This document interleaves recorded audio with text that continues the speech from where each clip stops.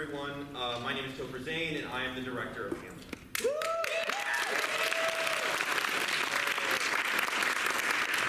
Thank you so much for coming to tonight's performance. As you may know, Hamlet was written over 400 years ago. Back then, they didn't have a lot of the things that we have today, like cell phones, so please silence those, or even better, turn them all the way off. They also didn't have something that modern theater often relies on, electric lighting. Tonight, the lights will stay on until the end of the show.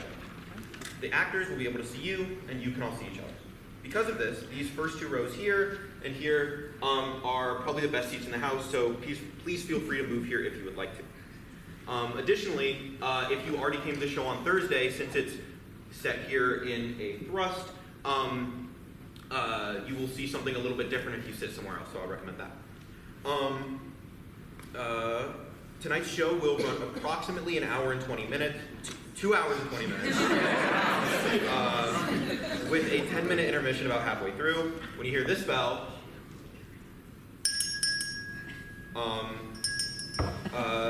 intermission will start, and you will have 10 minutes to get back to your seats. The bell will ring once again once intermission is finished. Also, there are fights in this show, so especially if you are sitting here or here, please do not leave your seats during the performance. Also, please do not use the Commonwealth doors over there because people are going to be making a lot of entrances in and out, so if you all of a sudden try to leave through there, you could get hit, which would not be good.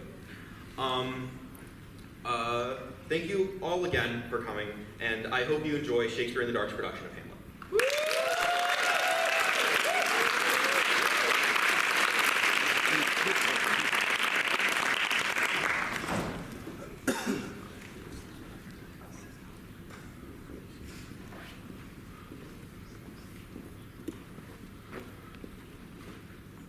Who's that? Nay, answer me. Stand and unfold yourself. Long live the king. Bernardo? It is now struck 12. Get you to bed, Francisco. It is sweet, much thanks. It's bitter cold, and I am sick at heart. Have you had quiet watch? Not a mouse stirring. Stand. Ho! Who is there? Friends to his ground. Unleashment to the Dane. Give you good night.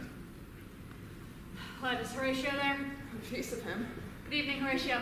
Good evening, good Marcellus. What, has this thing appeared again tonight? I have seen nothing. Horatio says 'tis but our fantasy, and will not let leave take hold of him, touching this dreaded sight twice seen of us.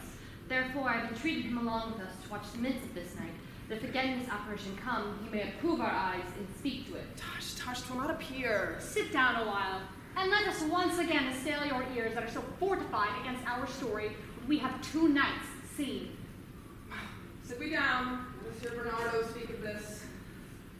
Last night of all, when yon same star that westward from the pole hath made its course through that part of heaven where now it burns, Marcellus and myself. The bell then beating 1. Peace, break me off, look where it comes again. The same figure as the king that's dead. Thou art a scholar, speak to it, Horatio. Looks it not like the king? Mark it, Horatio. Most like it harrows me with fear and wonder. Speak to it, Horatio. What art thou that usurp this time of night, together in that fair and warlike form in which the majesty of buried Denmark did sometimes march? By heaven, I charge thee, speak! It is offended. See, it stalks away. Say, speak! I charge thee, speak! How now, Horatio? You tremble and look pale. Is not this something more than fantasy? By my God, I would not this believe without the most sensible and true avouch of mine own eyes. Is it not like the king? As thou art to thyself. Thus twice before he hath gone by our watch. This bodes a strange eruption to our state. Good now, sit down and tell me, he that knows, why this same strict and most observant watch so nightly toils the subject of the land. The whisper goes so. Our last king, whose image even but now appeared to us, was, as you know, by Fortinbras of Norway, dared to the combat, in which our valiant Hamlet did slay this Fortinbras, who forfeit with his life his lands. Now, sir, young Fortinbras of unimproved metal, hot and full, hath in the skirts of Norway here and there sharked up a list of lawless resolutes, so as to recover by foresaid hands those very lands his father lost. This, I take it, is source of this our watch. When they have sword with this portentous figure comes through our watch so like the king that was and is the question of these wars.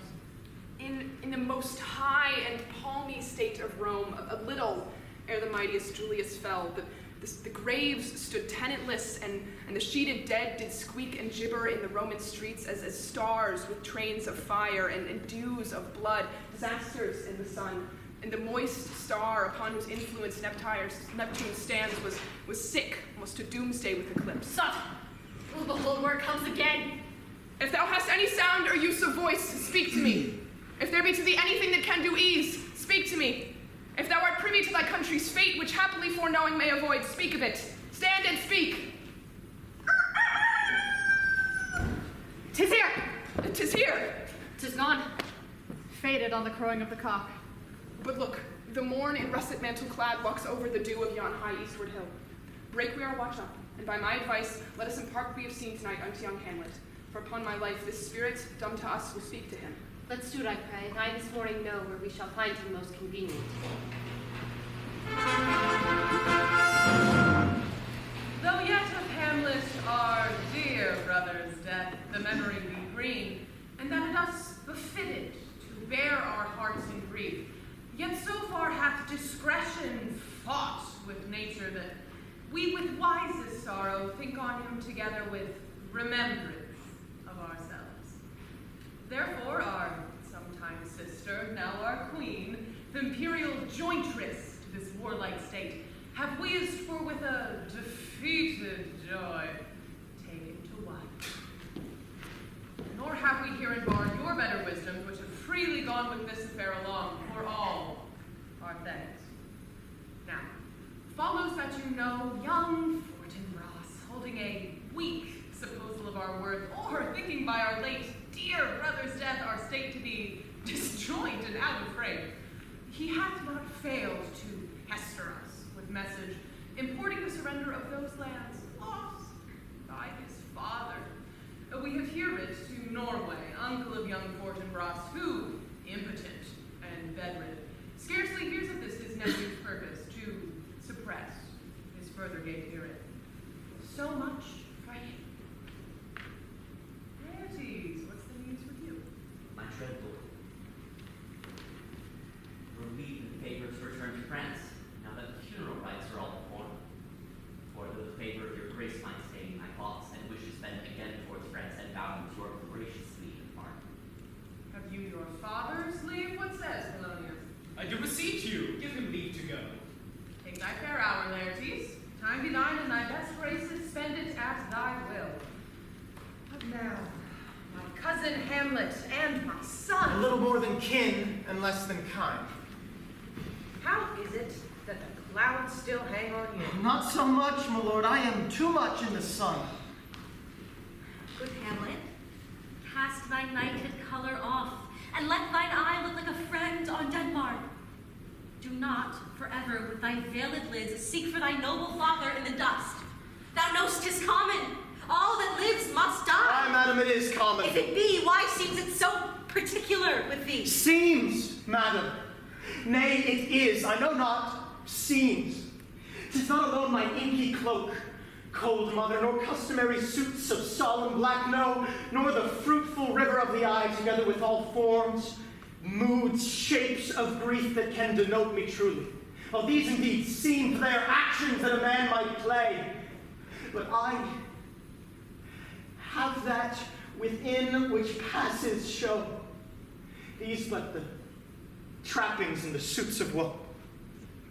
'Tis sweet to give these mourning duties to your father, but you must know your father lost a father. That father lost his, and the survivor bound in filial obligation for some term to sorrow, but to persevere in obstinate condolement, 'tis a fault to heaven. Throw to earth this unprevailing woe, and think of us as of a father. For your intent in going back to school in Wittenberg, we hold it most unmet and inconvenient, being the joy and half heart of your mother. And therefore we beseech you to remain here in the cheer and comfort of our eye. All Denmark's hope, our cousin and our son. Let not thy mother lose her prayers, Hamlet. I pray thee, stay with us. Go not to Wittenberg. I shall in all my best obey you, madam. Why, Why, 'tis a loving and a fair reply, this gentle and unforced accord of Hamlet sits smiling to my heart. Come, away.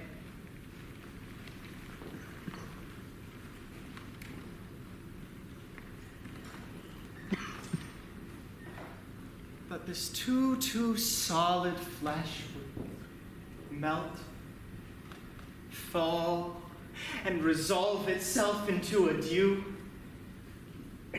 Or that the everlasting had not fixed his canon against self.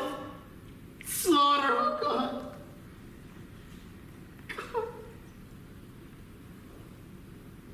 How weary, stale, flat, and unprofitable seem to me all the uses of this world, that it should come thus.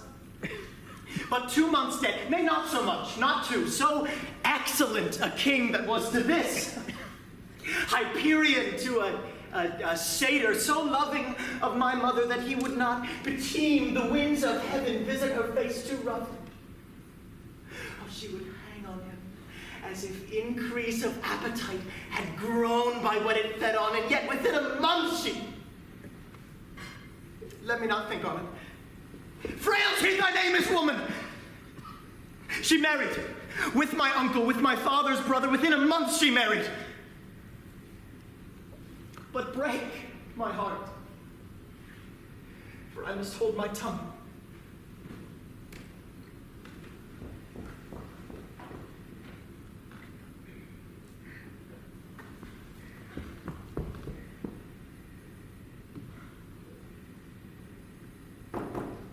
Hail to your lordship. Horatio, do I forget myself? The same, my lord, and your poor servant ever. Good sir, I'll change that name with you. Marcellus! My good lord. I'm very glad to see you. Good evening, sir. But what, in faith, make you from Wittenberg? A truant disposition, good my lord. I know you are no truant, but what is your affair at Elsinore? My lord, I came to see your father's funeral. I think it was to see my mother's wedding. Indeed, my lord, it followed hard upon. My father... Methinks I see my father. Where, my lord? In my mind's eye, Horatio. My lord, I think I saw him yesternight. Saw who? My lord, the king your father. The king, my father. Season your admiration for a For while. God's love, let me hear. 2 nights together had these 2 gentlemen, Marcellus and Bernardo, been on their watch, thus encountered. A figure, like your father, appears before them. Thrice he walked, whilst they, distilled almost to jelly with the act of fear, stand dumb and speak not to it. Now this in dreadful secrecy impart to me they did, and I with them on the 3rd night kept the watch, where, as they had delivered, the apparition comes. Did you not speak to it? I did, my lord, but answer made it none. 'Tis very strange. As I do live, my honored lord, 'tis true. What looked he, frowning? A countenance more in sorrow than in anger. And fixed his eye upon you? Most constantly. I would I had been there. It would have much amazed you. I will watch tonight. Perchance 'twill walk again. I warrant it will. If it assume my noble father's person, I'll speak to it, though hell itself should gape open and bid me hold my peace. So fare you well. Upon the platform 'twixt 11 and 12, I'll visit you. Our duty to your honor.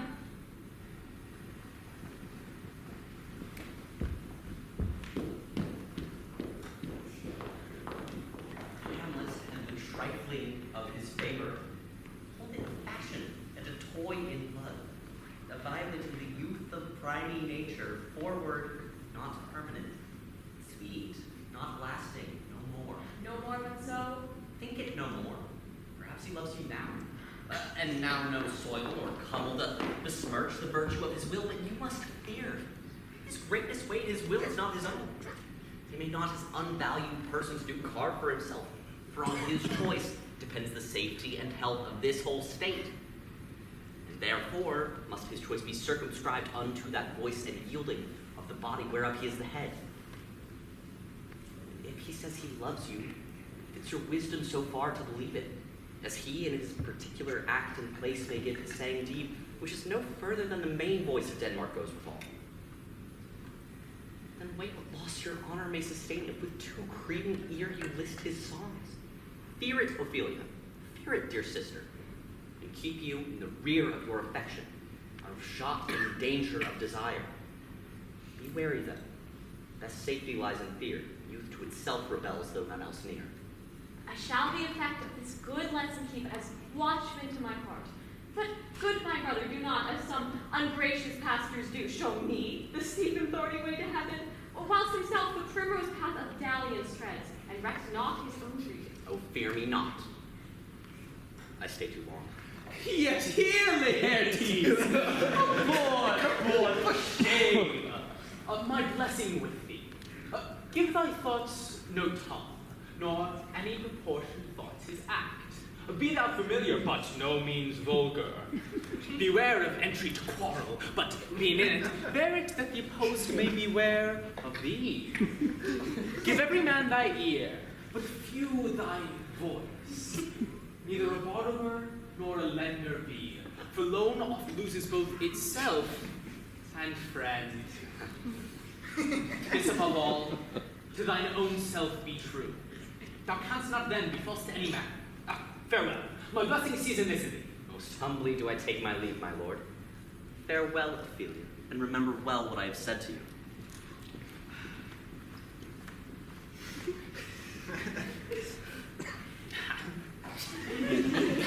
What is Ophelia he hath said to you? So please you, something touching the Lord Hamlet. You do not understand yourself so clearly, as it behooves my daughter and your honor. What is between you? Give me up the truth. He hath, my lord, of late made many tenders of his affections. Oh, affections! Oh, you speak like a green girl, unsifted in such perilous circumstance. Tell me, do you believe his tenders, as you call them? I do not know, my lord, what I should think. Oh. Mary, I will tell you. Think yourself a baby that you have taken his tenders for true. My lord, he hath importuned me with love in honorable fashion. A fashion you may call it. Go to, go to. And hath given countenance to his speech, my lord, with almost all the holy vows of heaven. When the blood burns these blazes, daughter, giving more light than heat, extinct in both. As for the Lord Hamlet, with a larger tether may he walk than may be given you. In few, Ophelia, do not believe his vows. I would not, in plain terms, from this moment forth, have you slander any moment at leisure or have words with the Lord Hamlet. I shall obey, my lord.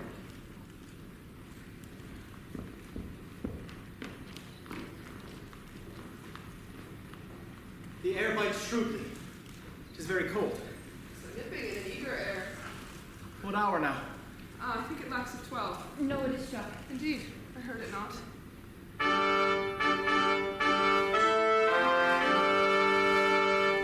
What does this mean, my lord? The king doth wake tonight and takes his rouse, keeps wassail in the swaggering upspring reels. And as he drains his draughts of Rhenish down, the trumpets doth spray out the triumph of his pledge. My lord. Angels and ministers of grace, defend us! Be thou a spirit of health or goblin damned. Be thy intent wicked or charitable, I'll speak to thee, I'll call thee Hamlet. King, father, royal Dane, oh answer me. Let me not burst forth in ignorance, but tell why thy canonized bones have burst their cerements. What may this mean that thou, dead corpse, revisits thus the glimpses of the moon, so heartily to shake our dispositions with thought beyond the reaches of our souls? Say, why is this? Wherefore, what should we do? It beckons you to go away with it. It waves you to a more moved ground. Then I will follow it. Do not, my lord. Why? What should be the fear? I do not set my life at a pin's fee. It waves me forth again, I'll follow it. What if it tempts you toward the flood, my lord, or to the dreadful summit of a cliff that beetles over its base into the sea, and there assumes some other horrible form which might deprive you of your sovereignty of reason and draw you into madness? Think of it. Go on, I'll follow thee. You shall not go, my lord. Hold off your hands! Be ruled, you shall not go. My fate cries out, unhand me, gentlemen! By heaven, I'll make a ghost of him that lets me! I stay away! Something is rotten in the state of Denmark. Let's follow. 'Tis not fit thus to obey him.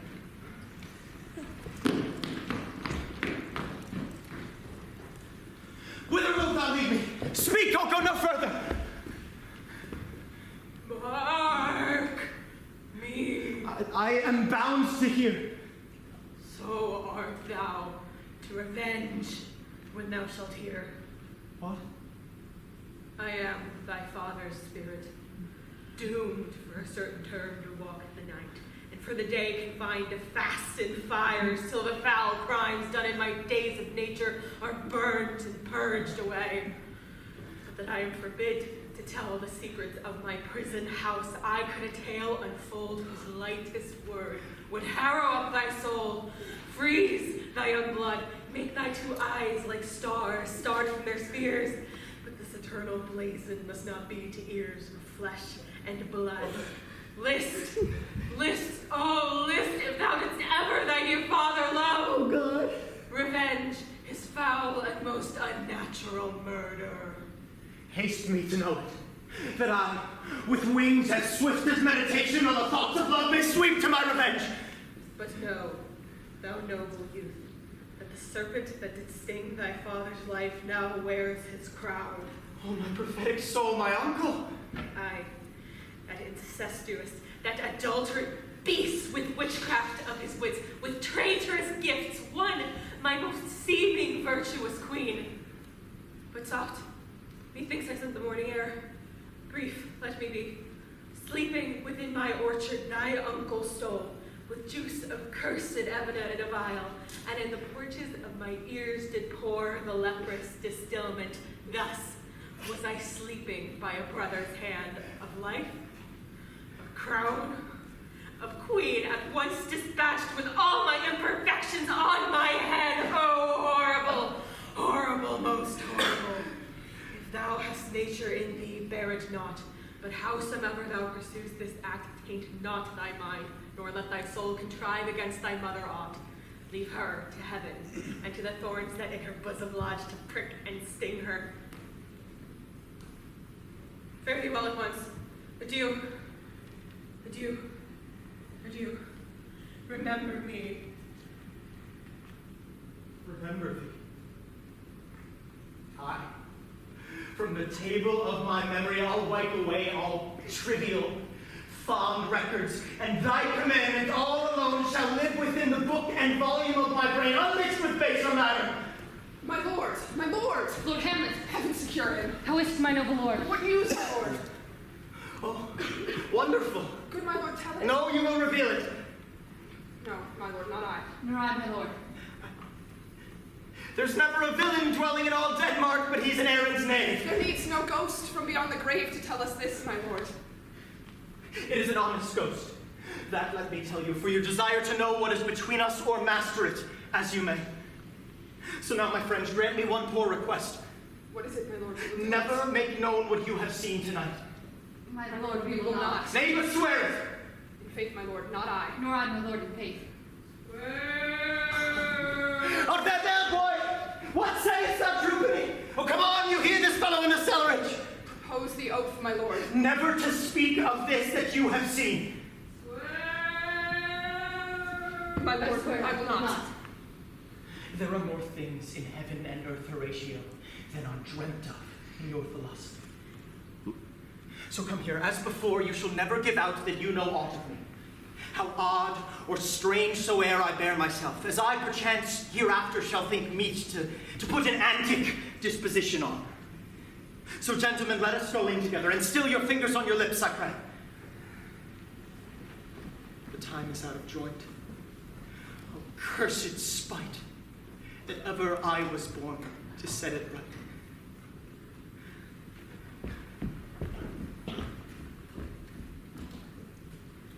And finding by this drift of a question that they know my son, take you some distant knowledge of him, as thus. I know his father and his friends, and in part him, but, you may say, not well. But if be he, I mean, he's very wild, addicted, so and so. And there, put on him what forgeries you please, such slips as drinking, swearing, quarreling. My lord, that would dishonor him. That is not my meaning. Brave his faults so quaintly that they seem the taints of liberty, the flash and outbreak of a fiery mind. Oh, my good lord. Wherefore should you do this? I, my lord, I would know that. Aye. Merry sir, here's my drift, and I believe it's a fetch of wit. You laying these slight sallies on my son, mark you, your party in converse, having ever seen in the predominant crime, be assured that the youth you breathe of guilty closes in this consequence. A good sir, or so, or friend, or gentleman. Very or- good, my lord. By the mast! I was about to say something! Oh, well, where did I leave? Friend, by my friend. I think they meant at closes in the That closes in the consequence. Listen. At closes in this consequence. I saw the gentleman, as you did say yesterday, and there he was, gaming, or falling out at tennis, or perchance. I saw him enter a house of sale, a brothel. See you now. Your bait of falsehood take this cock of truth, and thus do we of wisdom and of reach, by indirections find directions out. You have me, have you not? My lord, I have. God bide you, fare you well. How now, Ophelia, what is the matter? Oh, my lord, I have been so frightened. With what in the name of God? My lord, as I was sewing in my closet, Lord Hamlet, with his doublet all unbraced, pale as his shirt, his knees knocking each other, and with a look so piteous and purport as if he had been lucid out of hell, he took me by the wrist and held me hard. Then goes he to the length of all his arm, and with his other hand thus o'er his brow, he falls to such perusal of my face as he would draw it. Long stayed he so. At last, a little shaking of mine arm, and thrice his head thus waving up and down, he raised a sigh. That done, he lets me go. And with his head over his shoulder turned, he seemed to find his way out without his eyes. For out the doors he went without their helps. This is the very ecstasy of love. What, have you had any hard words with him as of late? No, my good lord, but as you did command, I did repel his letters and deny his access to me. That hath made him mad. Come, go we to the king. This must be known. He tells me, my dear Gertrude, you found the head and source of all your sons this temper. I doubt it is no other but the main, his father's death and our hasty marriage. My lord, the ambassadors from Norway are joyfully returned. Before Brant receives rebuke from Norway and vows nevermore to raise the essay of arms against your majesty. Old Norway, overcome with joy, gives his commission to levy the soldiers against the Polish as before, with an entreaty herein further shown.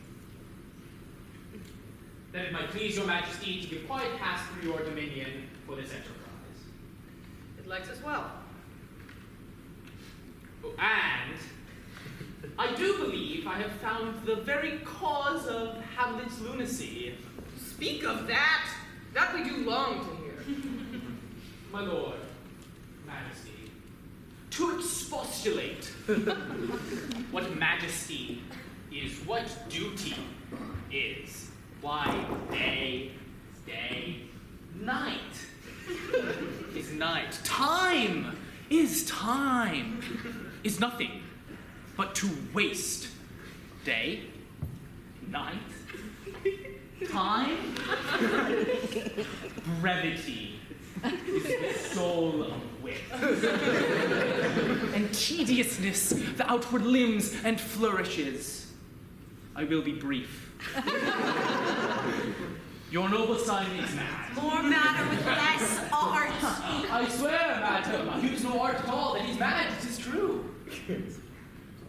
To the celestial and my soul's idol, the most beautified Ophelia. Beautified is an ill phrase, a vile phrase. Beautified is a vile phrase. Came this from Hamlet. Doubt thou the stars are fire, doubt that the sun doth move, doubt truth to be a liar, but never doubt I love. Oh, dear Ophelia, I am ill at these numbers. I have not art to reckon my groans, but that I love thee best, oh most best, believe it on you. But how has she received his news? What do you think of me? As of a man, faithful and honorable. I would fain prove so. But what might you think when I had seen this love on the hot wing of love? Or what might you call your majesty here think? If I had played the table book or the desk, or if I had looked upon this love with idle sight, or if I had given my heart a working mute and dumb, no, I went round to work, and thus to my youth did I bespeak. Lord Hamlet is a prince out of thy stars, this must not be. And thence I prescripts gave her that she should lock herself from her resort, admit no messengers, receive no tokens. And this being done, she took the fruits of my advice, and he repelled.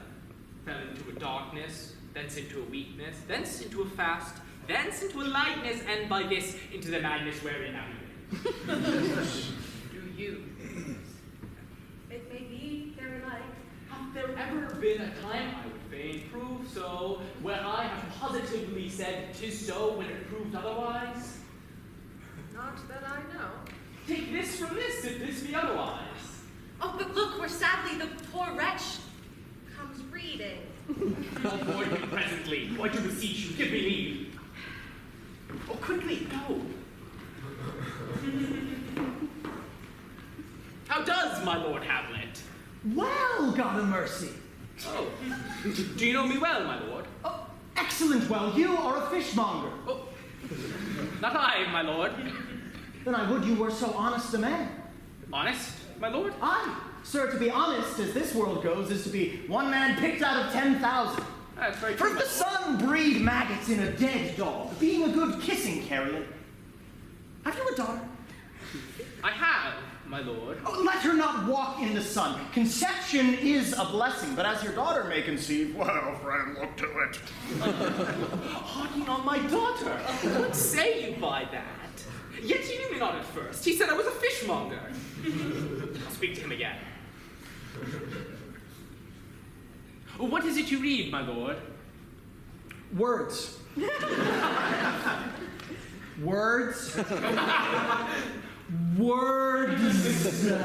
What is the matter, my lord? Between whom? Between that and that which you do read. Oh, slanders, sir, slanders. For the satirical rogue says here that old men have gray beards, that their faces are very wrinkled, and that they have a most plentiful lack of wit. All of which, though I most powerfully and potently believe, I consider it not honesty to have set it thus down. For yourself, sir, should grow as old as I, if, like a crab, you could go backwards. Let this be madness. There's method in it. Will you walk out of the air, my lord? Into my grave. Indeed, that is out of the air. How pregnant sometimes his replies are. I will take my leave of you, my lord. You cannot take from me anything I would more willingly part withal. Except my life. Except my life.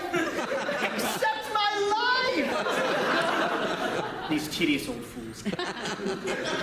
Go seek you, Lord Hamlet. There he is. My honored lord. My most dear lord! My excellent good friends, how dost thou, Guildenstern? Ah, Rosencrantz, good lads, how do you both? As the indifferent children of the earth. Happy in that we are not ever happy. Unfortunate that we are not the very button. Nor the soles of her shoes? Neither, my lord. Then live you about her waist or in the middle of her favors? Faith her private suite.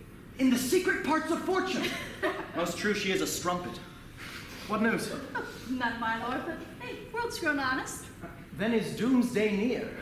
But I know your news is not true, but in the beaten way of friendship, what make you at Elzo? Oh, 'tis you, my lord. No other occasion? Beggar that I am ever poor in thanks, but I thank you. Were you not sent for? Is it your own inclining? Is it a free visitation? Come, deal justly with me. Come, make speak. What should we say, my lord? Anything but to the purpose. You were sent for, and there is a kind of confession in your looks which your modesties have not craft enough to color. I know the good king and queen have sent for you. To what end, my lord? That you must teach me, but let me conjure you, be even and direct with me, whether you are sent for or no. What say you? My lord, we were sent for. I can tell you why. I have of late, but wherefore I know not, lost all my mirth. This most excellent canopy of the air, look you, this brave o'erhanging firmament, this majestical roof, fretted with golden fire. Why, it appeareth to me nothing but a foul and pestilent congregation of vapors. What a piece of work is man!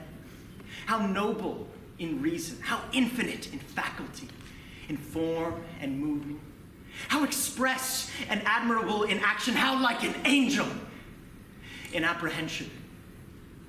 And yet to me, what is this? Quintessence of dust. Man delights not me. No, nor woman neither, but by your smiling you seem to say so. My lord, there was no such stuff in Well, my why did you thought. laugh then when I said man delights not me? Well, my lord, if you lie not in man with Lenten entertainment, the player shall receive from you. What play is it? Only those you were wont to take such delight in, the tragedians of the city. How chances it they travel? Where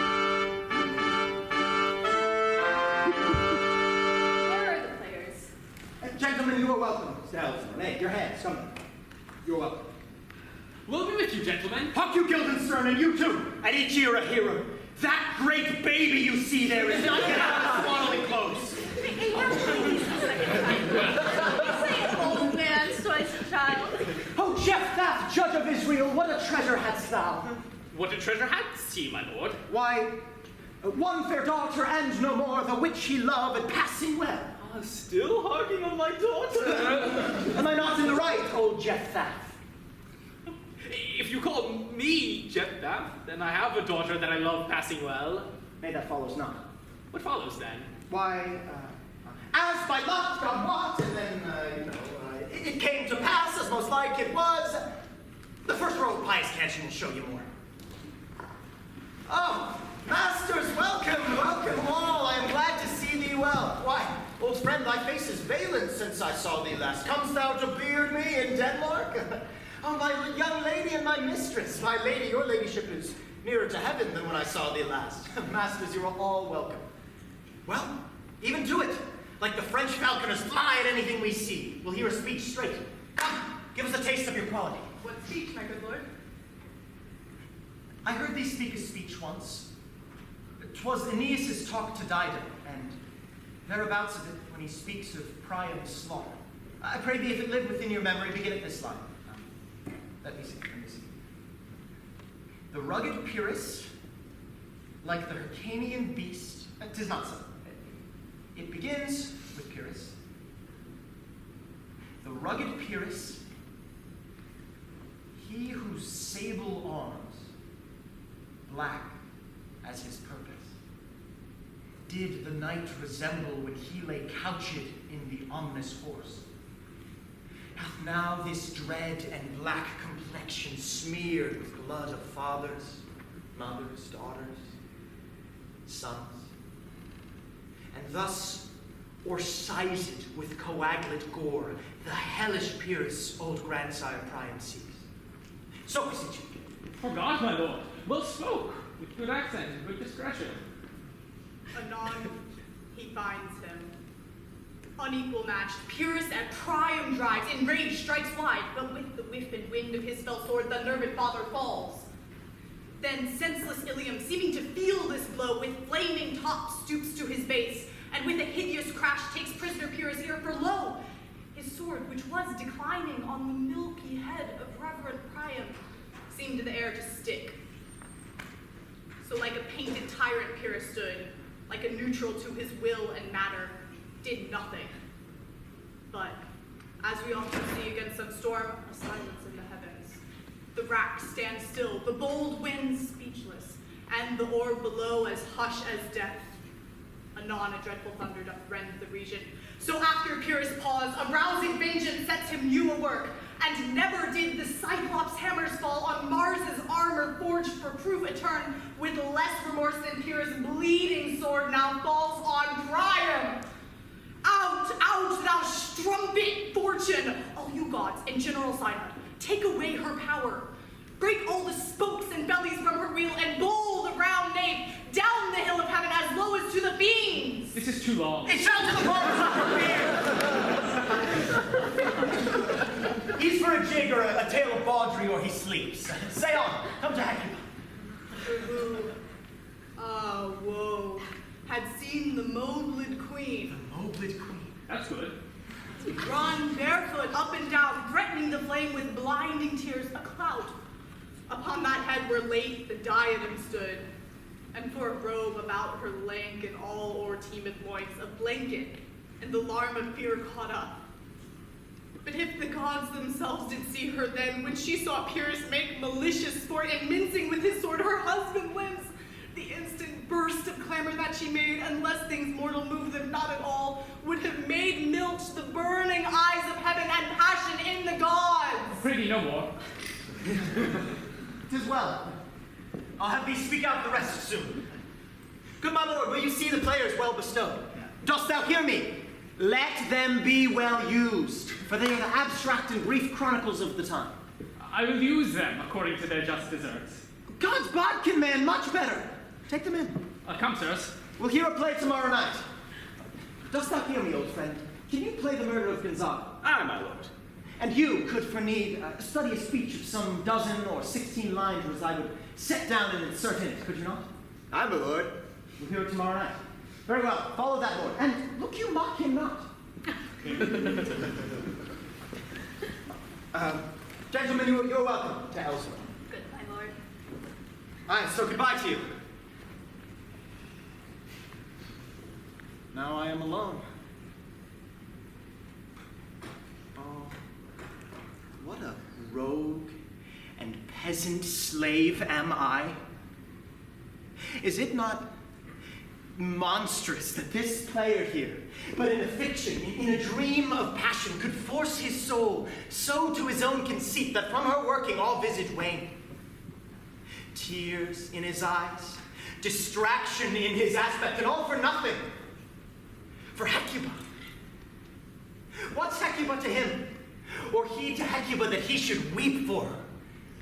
What would he do had he the motive and the cue for passion that I have? Oh, he would drown the stage in tears and make mad the guilty, appall the free, yet I, a dull and money-meddled rascal peak, like John a dreams, unpregnant of my cause and can say nothing.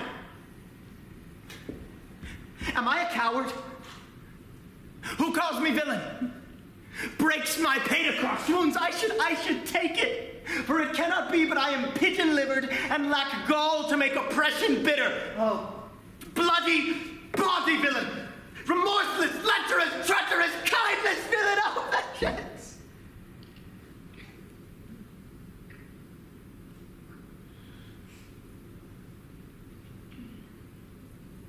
Why, what an ass am I? Now, this is most brave. That I, the son of a dear murderette, prompted to my revenge by heaven and hell, must, like a whore, unpack my heart with words and fall a cursing fire bonnet about my brain. I have heard that guilty creatures, sitting at a play, have by the very cunning of the scene been so struck to the soul that presently they have proclaimed all their malefactions.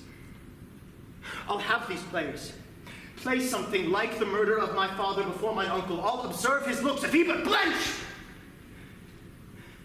I know my course. This spirit that I have seen may be the devil. Yea, and the devil hath power to assume a pleasing shape, and perhaps out of my weakness and my melancholy abuses to damn me. I'll have grounds more relative than this. The play's the thing, wherein I'll catch the conscience of the king.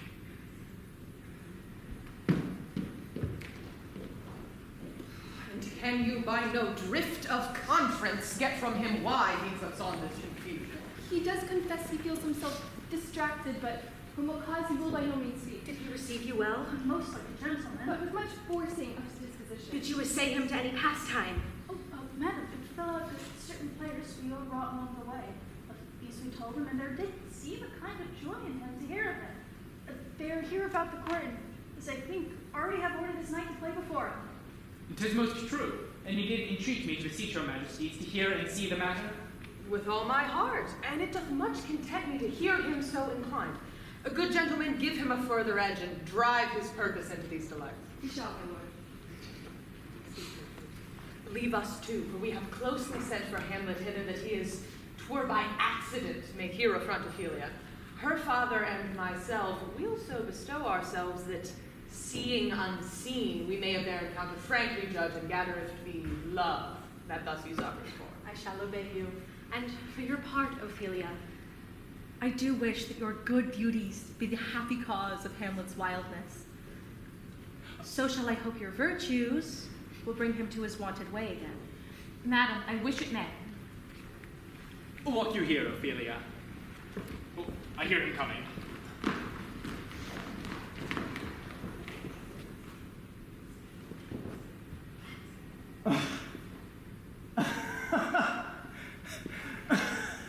To be or not to be?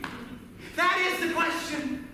Whether 'tis nobler in the mind to suffer the slings and arrows of outrageous fortune, or to take arms against a sea of troubles and by opposing end them, to die.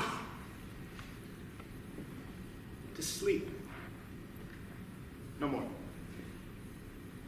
And by a sleep, to say we end the heartache and the 1,000 natural shocks that flesh is after. 'Tis a consummation devoutly to be wished, to die. To sleep. To sleep, perchance to dream. Aye. There's the rub. For in that sleep of death, what dreams may come when we have shuffled off this mortal coil must give us pause. There's the respect that makes calamity of so long life, for who would bear the whips and scorns of time, the oppressor's wrong, the proud man's contumely, the pangs of unrequited love, the law's delay, the insolence of office, and the spurns that patient merit of the unworthy takes, when he himself might as quiet as make with a bare bodkin? Who would fardels bear to grunt and sweat under a weary life, but that the dread of something after death, the undiscovered country from whose bourne no traveler returns, puzzles the will, and makes us rather bear those ills we have than fly to others that we know not of.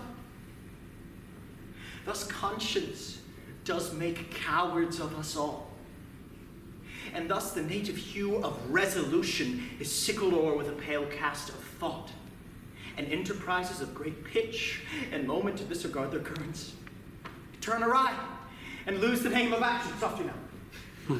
The fair Ophelia. Nymph, in thy orison be all my sins remembered. Good my lord. How does your honor for this many a day? I humbly thank you well.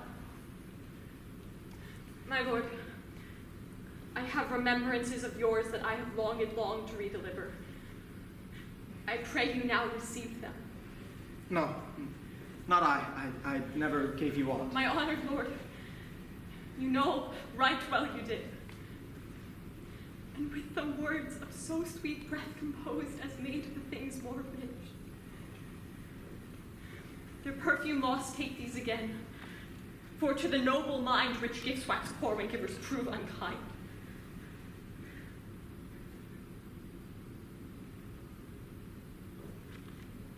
Are you honest? My lord, Are you fair? what means your lordship? That if you be honest and fair, you should admit no discourse to your beauty. Could beauty, my lord, have better commerce than with honesty? Aye, truly, for the power of beauty will sooner transform honesty from what it is to a bawd than can the force of honesty translate beauty to his likeness. I did love you once. Indeed, my lord, you made me believe so. Now, you should not have believed me. For virtue cannot so inoculate our old stock, but we shall relish of it. I loved you not. I was the more deceived. Get thee to a nunnery. Why wouldst thou be a breeder of sinners? I am myself indifferent, honest, but yet I could accuse me of such things. It were better my mother had not borne me. I am very proud, revengeful, ambitious, with more offenses at my beck than I have thoughts to put them in, imagination to give them shape, or time to act them in. What should such fellows as I do? Crawling between earth and heaven. We are errant knaves, all believe, none of us. Where's your father? At home, my lord. Let the doors be shut upon him, that he may play the fool nowhere but in his own house. Farewell. Help him, you sweet Helen. If thou dost marry, I'll give thee this plague for thy dowry. Be thou as chaste as ice, as pure as snow, thou shalt not escape calumny. Get thee to a nunnery. Farewell. Or if thou wilt needs marry, marry a fool, for wise men know well enough what monsters you make of them. Heavenly powers, restore him. I have heard of your paintings well enough. God hath given you one face, and you make yourselves another. Well, go to. I'll no more on it. It hath made me mad. I say we will have no more marriages. Those that are married already, all but one, shall live. The rest shall keep as they are. To a nunnery, go.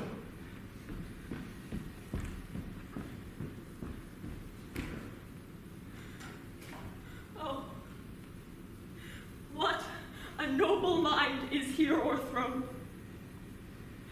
The courtiers, soldiers, scholars, eye, tongue, sword, the expectation and rose of the fair state, the glass of fashion and the mold of form, the observed of all observers quite down. And I, of ladies, most deject and wretched, that sucked the honey of his musicked vows. Now see what noble and sovereign reason, like sweet bells, jangled out of time and heart. That unmatched form and stature of blown youth, blasted with ecstasy. Oh, woe is me, to have seen what I have seen, see what I see.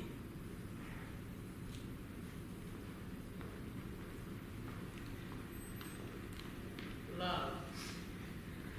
His affections do not that way tend, nor what he spake, though it lacked form a little, was not like madness. There's something in his soul, or which his melancholy sits on brood. Thus set it down. He shall with speed to England. Haply the seas and countries different shall expel this something settled matter in his heart. What think you on? It shall do well. But yet, I do believe origin of his commencement in Greece hath sprung from neglected love. Your Majesty, do as you please. To England send him, or confine him where your wisdom best shall be. It shall be so. Madness and great ones must not unwatched go.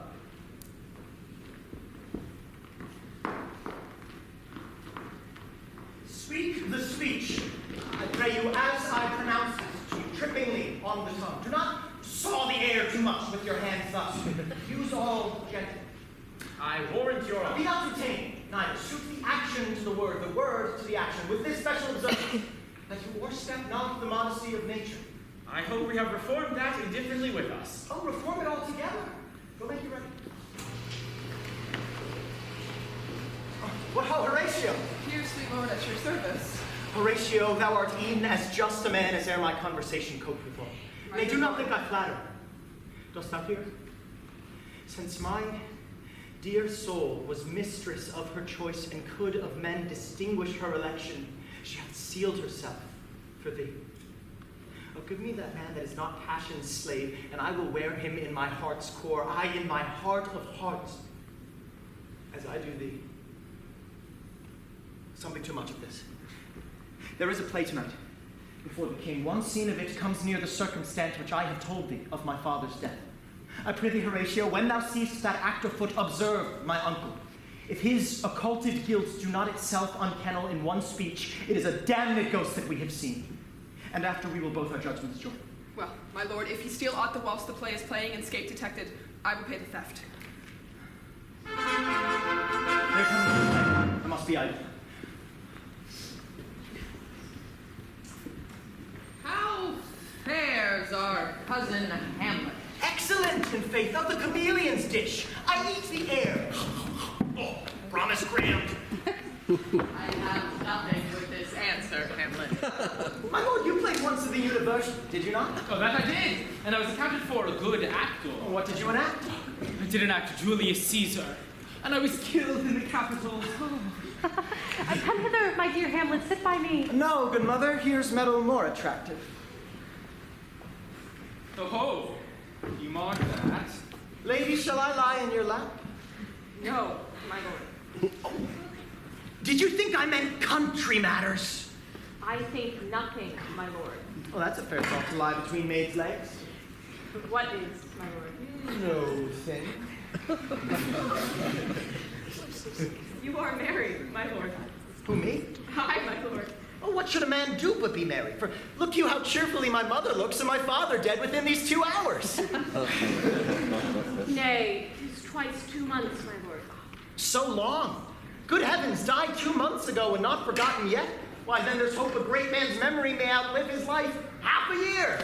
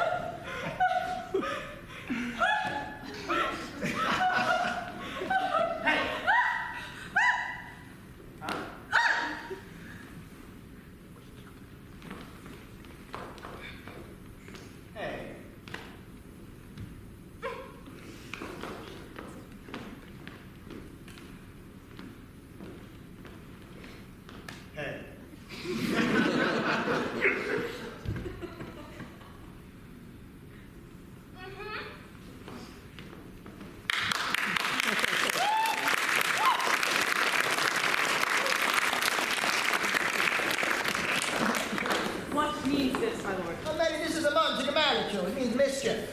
The like this show reports the argument of the play. We shall know by this fellow. Players cannot keep counsel. He'll tell all. Will he tell us what the show meant? Aye, or any show you will show him. Be you not shamed to show, he'll not shame to tell you what it means. You are not. You are not. I'll mark the play. For us, and for our tragedy. Here, stupid, to your clemency. We beg your hearing patiently. Is this the prologue or the posy of a ring? 'Tis brief, my lord. As woman's love. 30 times hath Venus' cart gone round, Neptune salt wash and telesorb to the ground.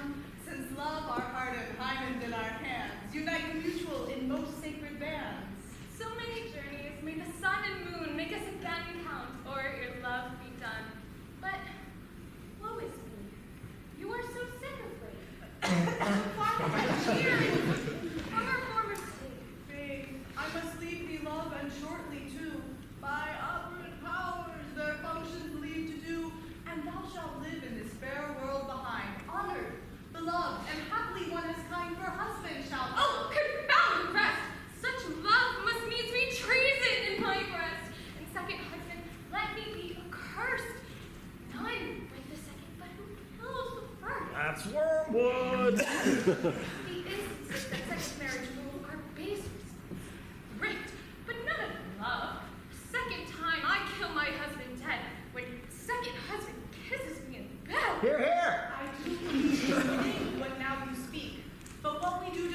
oft we break.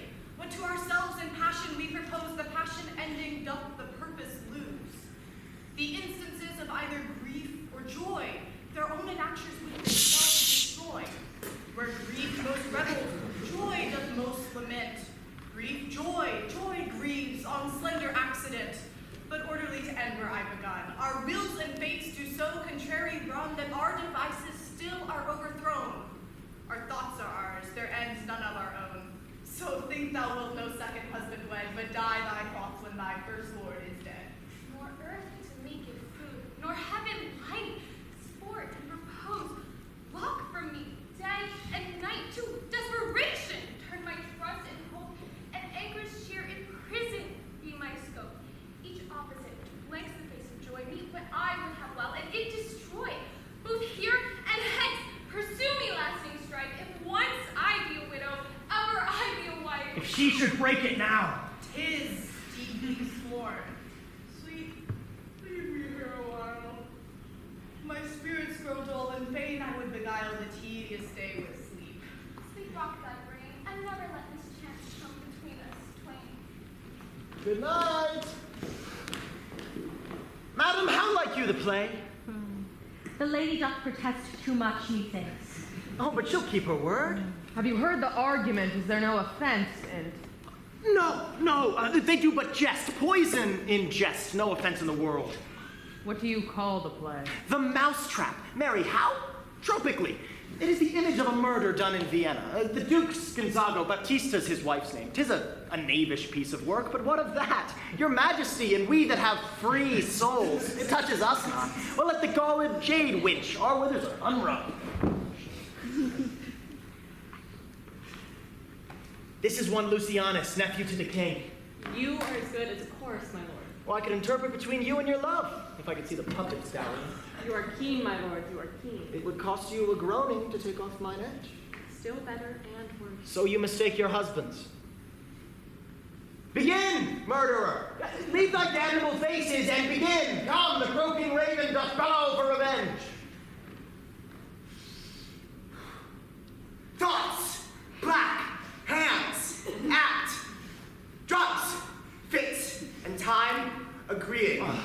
Consider season, else no creature seeing. Thou mixture, rank of midnight weeds collected, of Hecate's band, thrice blasted, thrice infected. Thou natural magic and dire property upon wholesome life usurp. Immediately he poisons him in the garden for his estate. His name's Gonzago. The story is extant and written in very choice Italian. You shall see anon how the murderer gets the love of Gonzago's wife. The king rises. How fares my lord? Give up the play. Give me some light away! Lights! Lights! Lights! Why, let the strucken deer go weep, the heart ungalled play. For some must watch, while some must sleep. Thus runs the world away. You might have rhymed. Horatio, I'll take the ghost's word for £1,000. Didst proceed? Very well, my lord. Upon the talk of the poison. I did very well note him. Come, some music! Good my lord, vouchsafe me a word with you. Sir, a whole history. The queen, your mother, in most great affliction of spirit, hath sent me to you. You are welcome. Nay, good my lord, this courtesy is not of the right breed. If it shall please you to give me a wholesome answer, I will do your mother's commandment. If not, your pardon in my return will be the end of business. Sir, I cannot. What?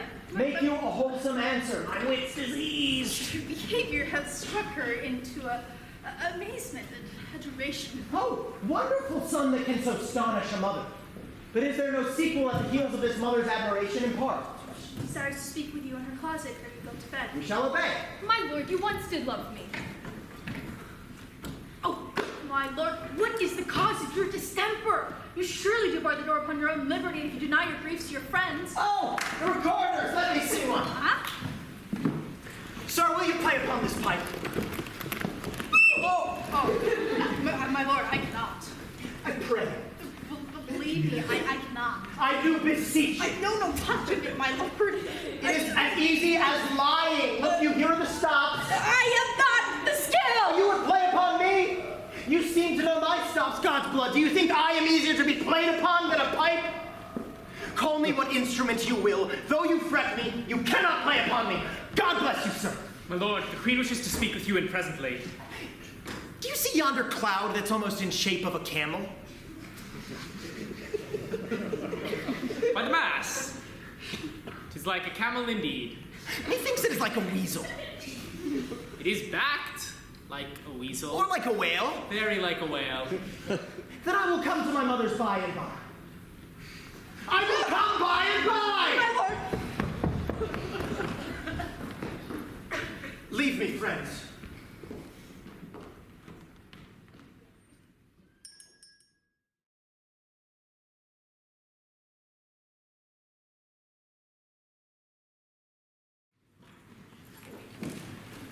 It is now the very witching time of night, when churchyards yawn and hell itself breaks out contagion into this world. Now, I could drink hot blood and do such business as the bitter day would quake to the realm. But soft. Now to my mother. I will be cruel, but not unnatural. I will speak daggers to her, but use none. My tongue and soul in this be hypocrites. How in my words somever she be shent, to give them seals, never my soul consent.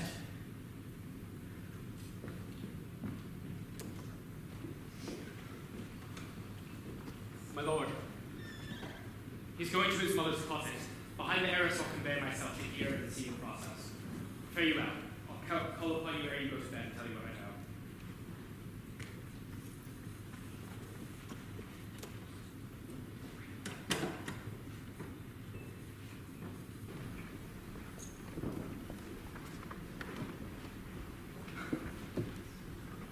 My offense is rank. It smells to heaven. A brother's murder. Pray can I not? Though inclination be as sharp as will, my stronger guilt defeats my strong intent, and like a man to double business bound, I stand in pause, where I shall first begin and both neglect. Whereto serves mercy, but to confront the visage of offense? And what's in a prayer but this twofold force to be forestalled, ere we come to fall, or pardon, being down? Then all will come. My fault is past. But what form of prayer can serve my turn? Forgive me my foul murder? That cannot be. Since I am still possessed of those effects for which I did the murder, my crown, my own ambition, and my queen. May one be pardoned and retain the fence. In the corrupted currents of this world, offense's gilded hand may shove by justice, and oft is seen the wicked prize itself buys out the law. But 'tis not so above. Try what repentance can. What can it not? Yet what can it when one cannot repent?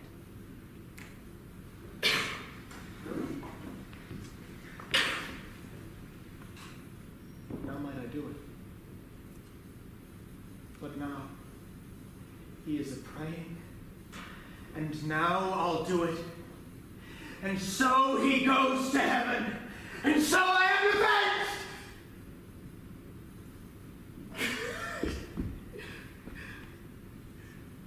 That would be scant. A villain kills my father, and for that I, his sole son, do this same villain send to heaven? Well, this is base and silly, not revenge. He took my father grossly, full of bread, with all his crimes broad blown, and am I then revenged to take him in the purging of his soul, when he is fit and seasoned for the passage? No. Up, sword, and know thou a more horrid hint. When he is drunk, asleep or in his rage, or in the incestuous pleasure of his bed, at game or swearing or about some act that has no relish of salvation in it. Then trip him, that his heels may kick at heaven, and that his soul may be as damned and black as hell whereto it goes. My mother states, this physic but prolongs thy sickly days.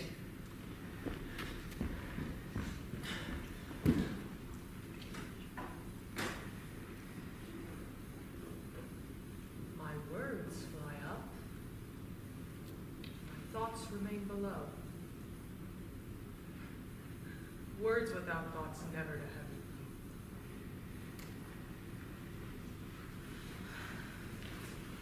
Look, you lay home to him. Tell him his pranks have been too broad to bear with. Your grace has screamed and stood between much heat and him. Withdrawal. I hear it coming. Now, mother, what's the matter? Hamlet, thou hast thy father much offended. Mother, you have my father much offended. Come, you answer with an idle tongue. Go, you question with an idle tongue. Why, how now, Hamlet? What's the matter now? Have you forgot me? No. By the rood, not so. You are the queen, your husband's brother's wife, and would it were not so. You are my mother. Nay then, I'll set those to you that can speak. Come, sit you down. You shall not budge. You go not until I set you up a glass wherein you may see the inmost part of you. What wilt thou do? Thou wilt not murder me. What? No! A rat!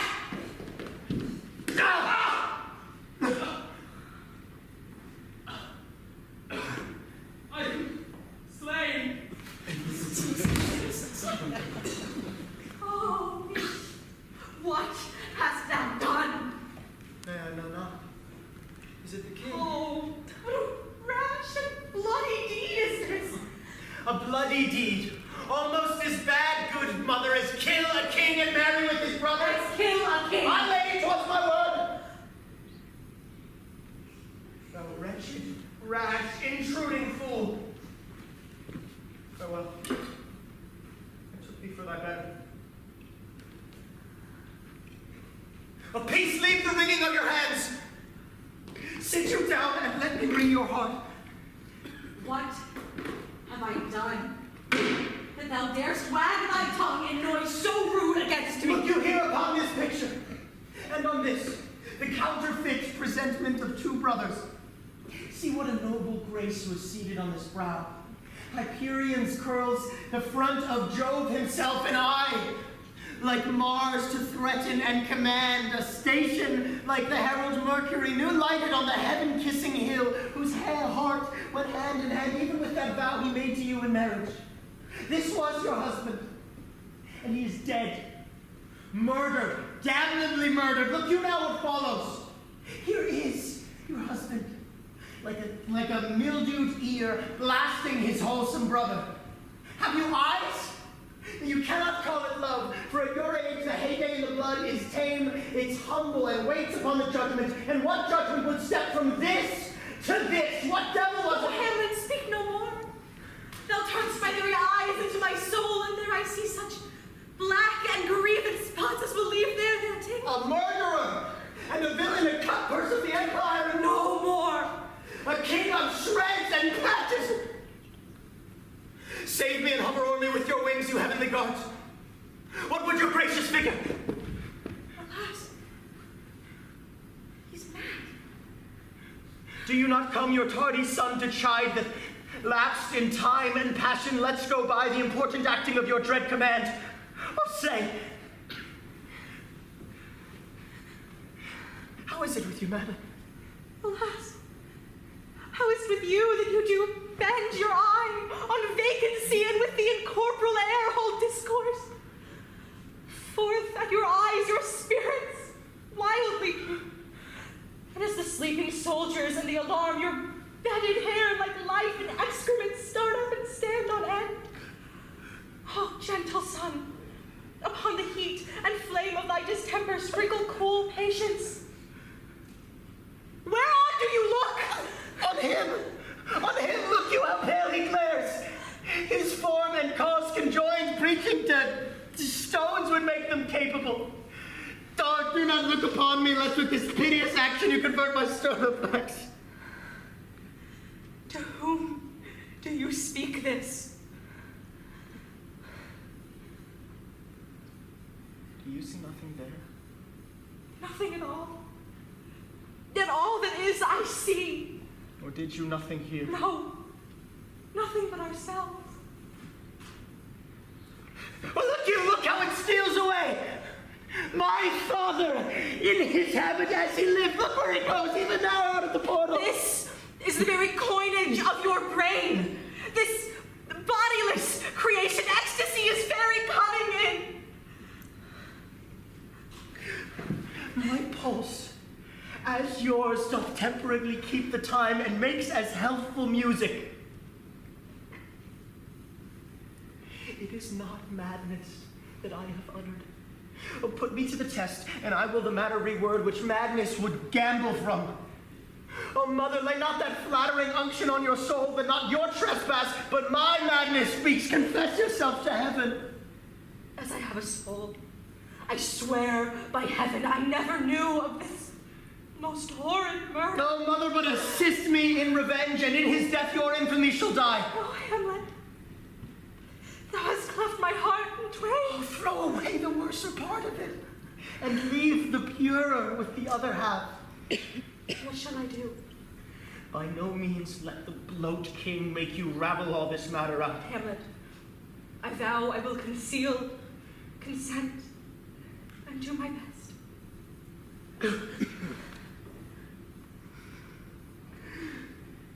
night.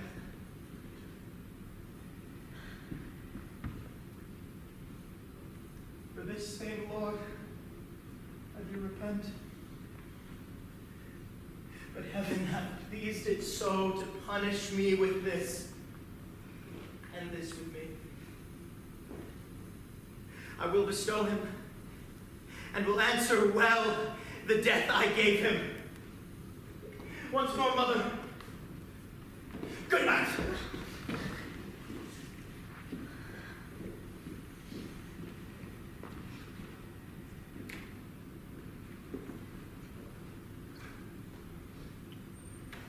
There's matter in these sighs, these profound heaves. Where is our sight? Bestow this place on us a little while. Oh, mine own lord, what have I seen tonight? Gertrude, how does Hamlet? Mad, as the sea and wind would both contend which is the mightier. In his lawless fit behind the arras, hearing something stir, whips out his rapier, cries, a rat, and in this brainish apprehension kills the unseen good old man. A heavy deed. Had been so with us had we been there. His liberty is full of threats to all, to you, Yourself, to us, to everyone. Alas, how shall this bloody deed be answered? It shall be laid with us, whose providence should have kept short restraint and out of haunt this mad young man. Where is he gone? To draw apart the body he hath killed, or whom his very madness, like some ore among a mineral of metal space, shows itself pure. He weeps for what is done. Gertrude, come here. The sun no sooner shall the mountains touch than we will ship him hence. Oh, Guildenstern! Friends both, go you to some further aid. Hamlet in madness hath Polonius slain, and from his mother's closet hath he dragged him. Go, seek him out. I pray you haste in this. My soul is full of discord and dismay.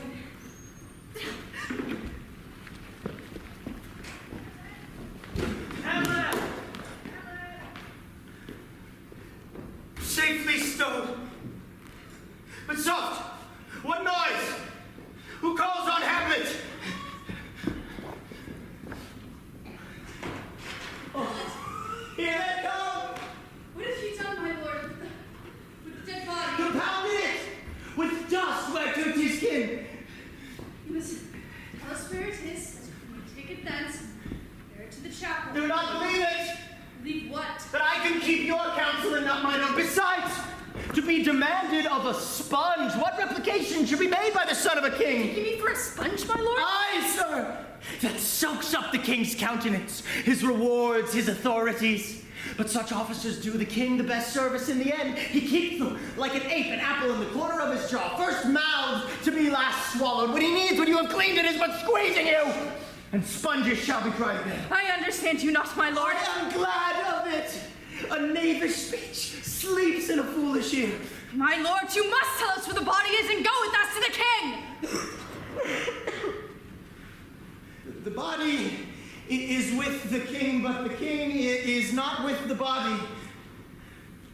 The king is a thing. A thing, my lord? Of nothing. Bring me to him.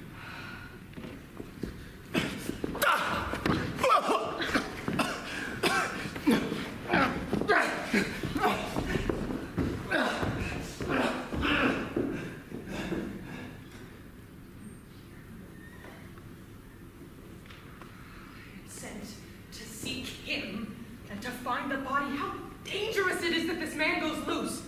Diseases desperate grown by desperate appliance are relieved, or not at all. How now what hath befallen? The body is bestowed, my lord. We cannot get from him. But where is he? Without, my lord, guard it, to know your pleasure. Bring him before us. Oh, and the Lord.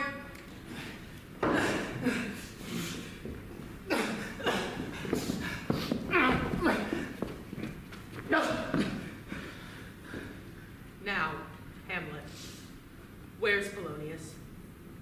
At supper. At supper where? Not where he eats, but where he is eaten. A certain convocation of politic worms are eaten at. Your worm is your only emperor for diet. We fat all creatures else to fat ourselves, and we fat ourselves to feed worms.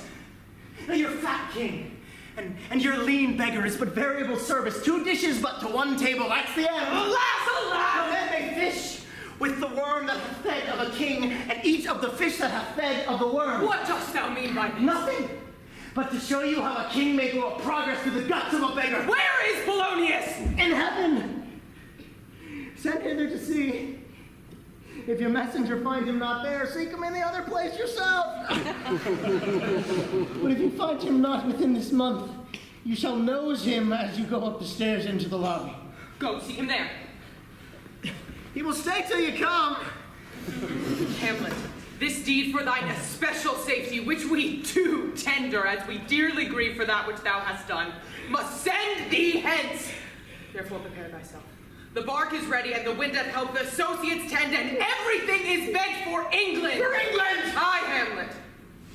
Good. So is it if thou knewst our purposes.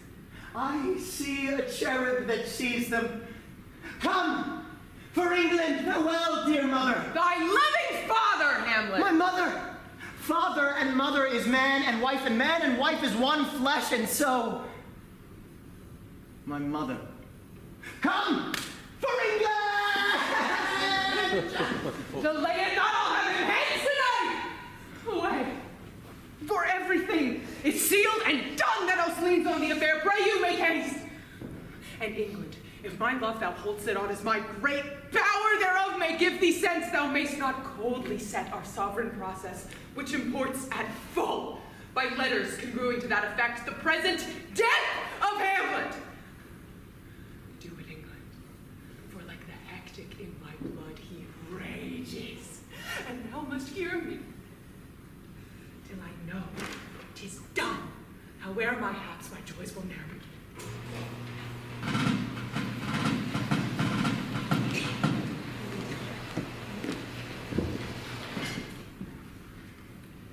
Go! Captain, from me greet the Danish king. Tell him that by his license Fortinbras craves the conveyance of a promised march over his kingdom. I'll do, my lord. Good sir, whose powers are these? They are of Norway, sir. How purposed, sir, I pray you? Against some part of Poland. Who commands them, sir? Why, the nephew to old Norway, Fortinbras. Goes it against the main of Poland or some frontier? Oh, we go to gain a little patch of ground that hath in it no profit but the name. To pay 5 ducats, sir. 5. I wouldn't farm it. Why, then the Polish will never defend it. It's already garrisoned. 2,000 men and 20,000 ducats will not debate the question of this straw. Humbly thank you, sir. God by you, sir. Well, please you go, my lord. I'll be with you straight. Go a little before. How all occasions do inform against me and spur my dull revenge. What is a man, if the chief good and market of his time be but to sleep and feed a beast, no more? Sure, he that made us with such large discourse gave not that capability and godlike reason to thrust in us unused. Now, whether it be bestial oblivion or some craven scruple of thinking too precisely on the event of thought which quartered hath but one part wisdom and ever 3 parts coward, I do not know why yet I live to say this things to do.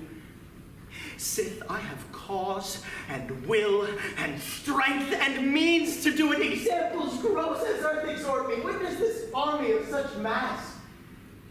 And charge, led by a delicate and tender prince whose spirit with divine ambition puffed makes mouths at the invisible event, exposing what is mortal and unsure to all that fortune, death, and danger dare, even for an eggshell. Rightly to be great is not to stir without great argument, but greatly to find quarrel in a straw when honor's at the stake. How stand I then, that have a father killed, a mother stained, excitements of my reason and my blood, and let all sleep? While to my shame I see the imminent death of 20,000 men that for a fantasy and trick of fame go to their graves like beds, fight for a plot which is not tomb enough and continent to hide the slain. Oh, from this time forth my thoughts be bloody, or be nothing worth.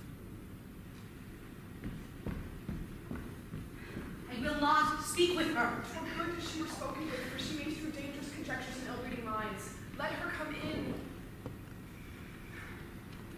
To my sick soul, as sin's true nature is, each toy seems prologue to some great amiss. So full of artless jealousy is guilt, it spills itself when fearing to be spilled.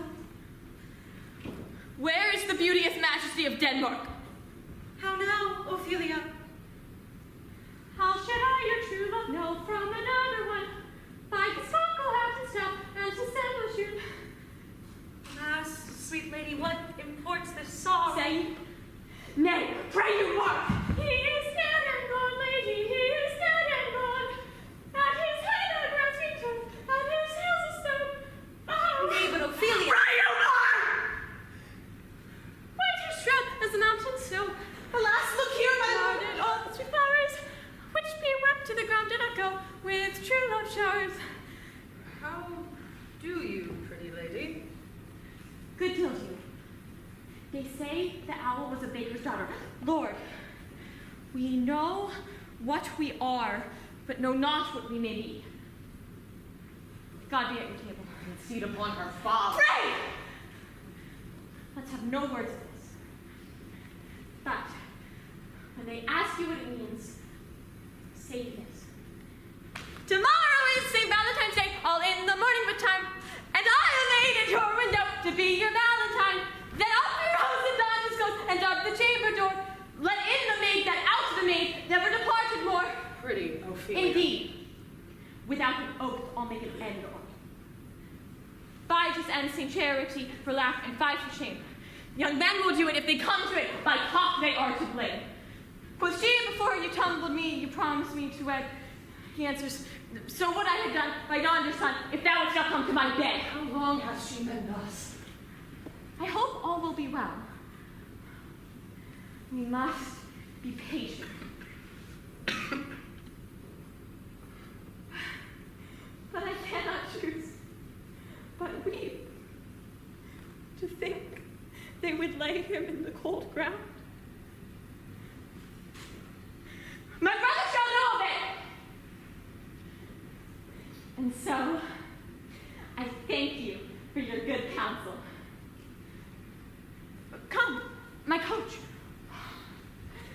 Good night, ladies.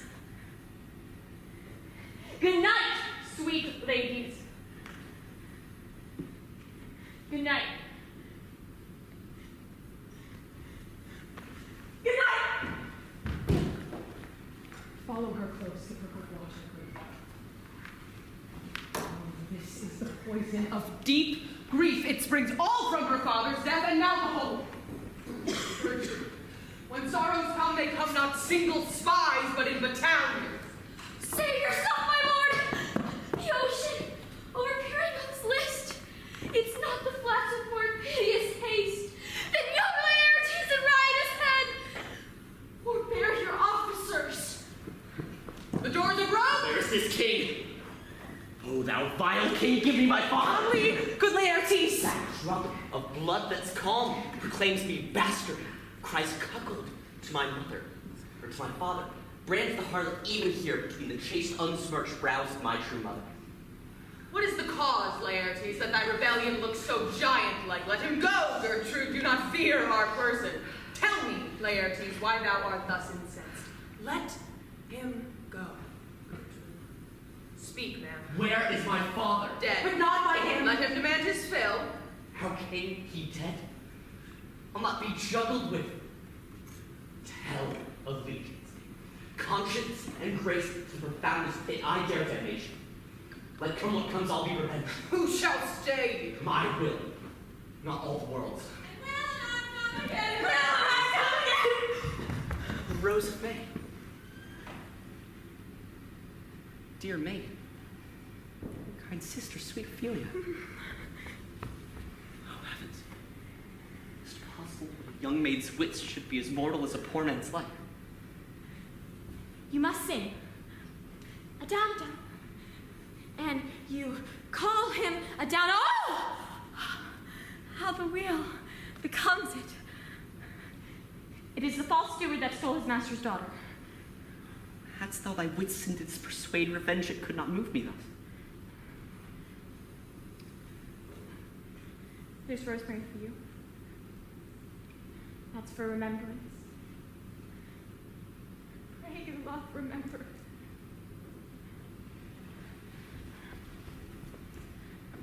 And there is pansies. That's for thoughts. Document in madness thoughts and remembrance fitted. There's fennel for you. And columbine.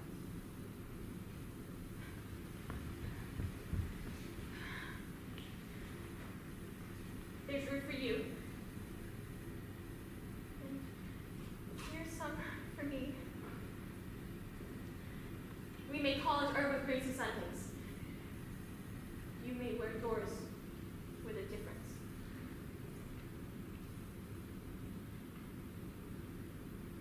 Here's a daisy. I would give you some violets, but they withered all when my father died. They say he made a good end. For bodies may rob in his homage, but Thoughts and afflictions passion. Hell itself she turns to favoring. and will anon come again, and will anon come again. No, he is dead. Go to my deathbed. He will never come again. His beard was white as snow, flaxen was his wool. He is gone. He is gone. And we cast away. God have mercy on your soul. And tell that Christian soul, I pray for you. God be with you! Do you this, O God? Laertes, I must commune with your grief, or you deny me right. Be you content to lend your patience to us, and we shall jointly labor with your soul to give it due content.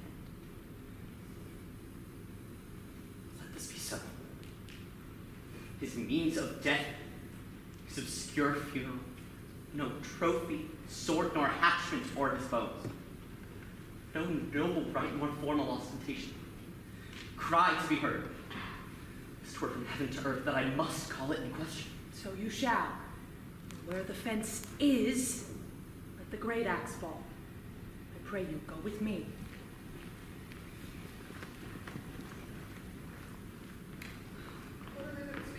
Seafaring men, sir. They say they have letters for you.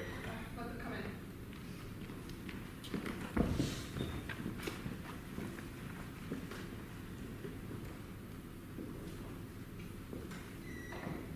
There's a letter for you, sir. It came from the ambassador that was bound for England. If your name is Horatio, as I'd let to know it is. Hamlet, come. I will give you way for these your letters and do it the speediest that you may direct me to him from whom you brought them.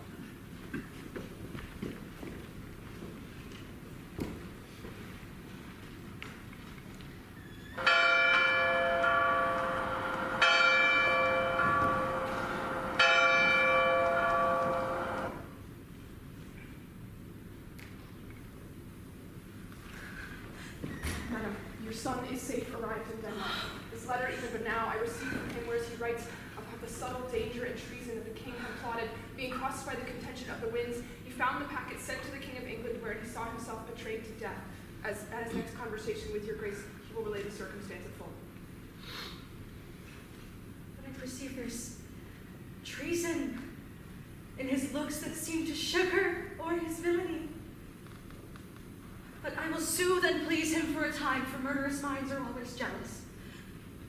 But know not you, Horatio, where Hamlet is? Yes, madam, and he hath appointed me to meet him on the east side of the city tomorrow morning. Oh, fail not, good Horatio, and withal commend me a mother's care to him. Bid him a while be wary of his presence, lest that he fail in that he goes about. Observe the king, and you shall quickly find Hamlet being here, things fell not to his mind.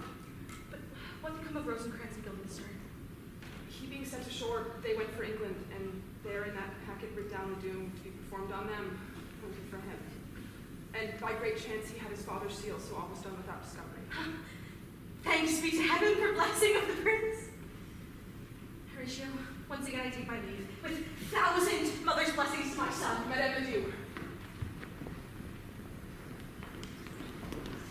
Now must your conscience my acquittance seal, and you must put me in your heart for friends to have you heard, and with a knowing ear that he which hath your noble father slain pursued my life. It well appears. Tell why you proceed not against these acts so capital and so criminal in nature. The queen lives almost by his looks, and for myself, my virtue or my plague, be it either which, she is so conjunct to my life and soul that as the sun moves not but in his sphere, I could not but by her. And so have I, a noble father lost, a sister driven to desperate terms, whose worth, if praise may go back good, stood challenger on mount of all the age for her perfections. Break not your sleeps for that. You must not think that we are made of stuff so flat and dull that we can let our beard be shook with danger and call it pastime. You shortly shall hear this. I loved your father, and we love ourselves, and that I hope will teach you. These, your majesty. From Hamlet. Who brought them? Sailors, my lord. Laertes, you shall hear them. Leave us. High and mighty, you shall know I am set naked on your kingdom. Tomorrow will I beg leave to see your kingly eyes when I shall first, asking you pardon, thereunto recount the occasion of my sudden return. Hamlet. Know you the Hamlet? Oh, it is Hamlet's character naked, and in a postscript here he says alone. Can you devise it? My lord, I am lost in him.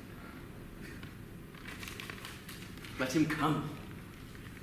It warms the very sickness in my heart that I live to see his teeth. Thus didst thou. If it be so, Laertes, and how should it be so? How otherwise? Will you be ruled by me? My lord, I will be ruled so you will not o'errule me to a peace. Nay, but Laertes, mark the plot I have laid. You have been talked of since your travel much, and that in Hamlet's hearing.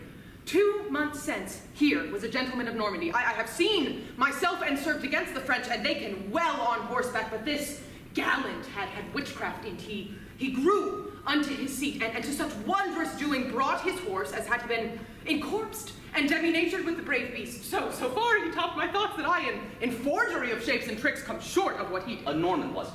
A Norman. Upon my life, Lord. The very same.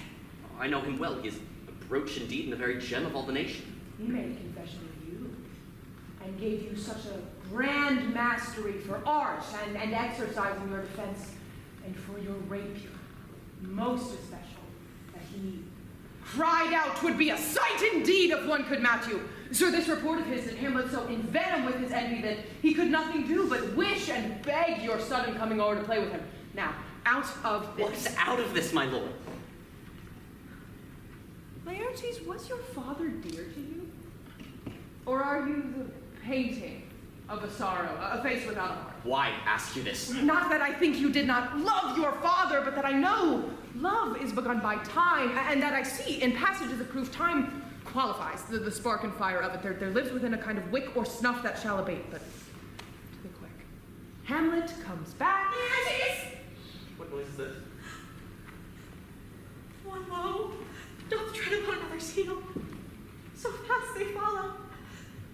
Your sister's drowned, Laertes. Drowned? Oh. Where? There is a willow. Grows askant the brook that shows his hoary leaves in the glassy stream. There, with fantastic garlands, did she make of crow flowers, nettles, daisies, and long purples. There, on the pendant boughs, her crowned weeds clambering to hang, an envious sliver broke, when down her weedy trophies and herself fell in the weeping brook. Her clothes spread wide, and mermaid-like a while they bore her up, which time she chanted snatches of old lauds as one incapable of her own distress. Or, like a creature, native and endued unto that element, the fallen could not be, till that her garments, heavy with their drink, pulled the poor wretch from her melodious lay to my death. Alas, she's drowned. Drowned. Drowned.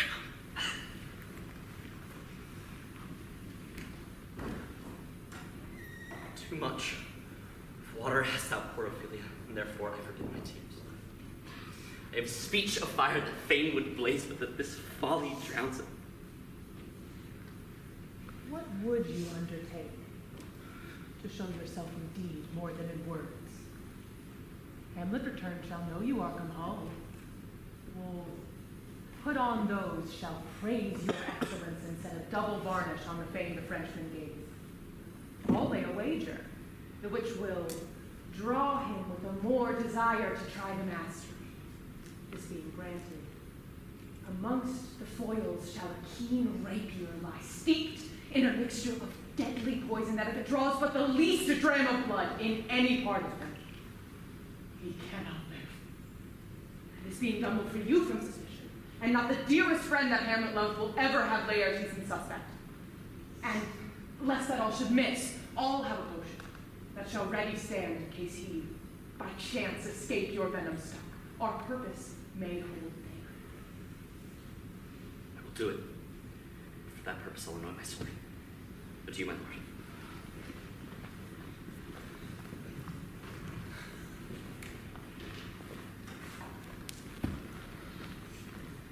Is she to be buried in a Christian burial when she willfully seeks her own salvation? I tell thee she is.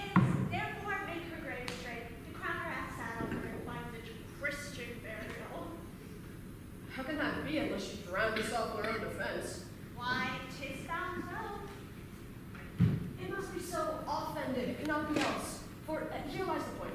If I drown myself willingly, I use an act, and an act hath 3 branches. It is to act, to do, and to perform. Argal, she drown yourself winningly. Nay, but Give me the... Here lies the water. Good. yes, Here stands the man. Good. yes. If the man go to this water and drown himself, it is will-he-nil-he, he goes. Mark you that.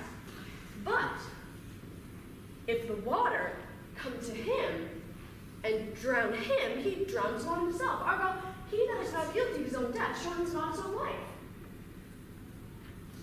Will you have to treat on it? If this had not been a gentlewoman, she should have been married out of Christian burial. Why, there thou sayest, and the more pity that great folk should have the countenance in this world to drown or hang themselves. There is no ancient gentlemen but gardeners, ditchers, and grave makers. They hold up Adam's profession. Was he a gentleman? He was the first that ever bore arms. I'll put another question to thee. Go to. What is he that builds stronger than either the mason, the shipwright, or the carpenter?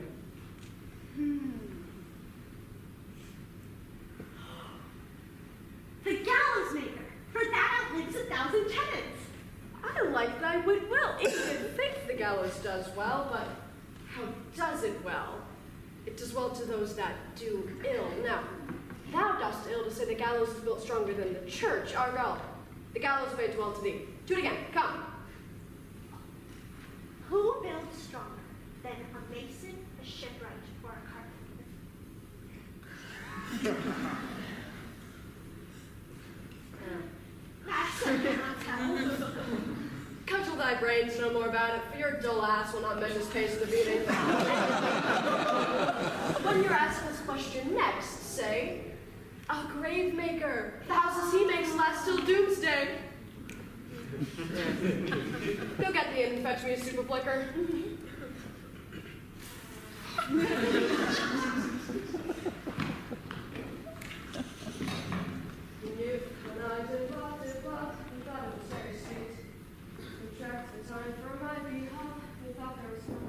Has this fellow no feeling of his business? He sings in grave making. Custom hath made it in him a property of easiness. 'Tis even so. I will speak to this fellow.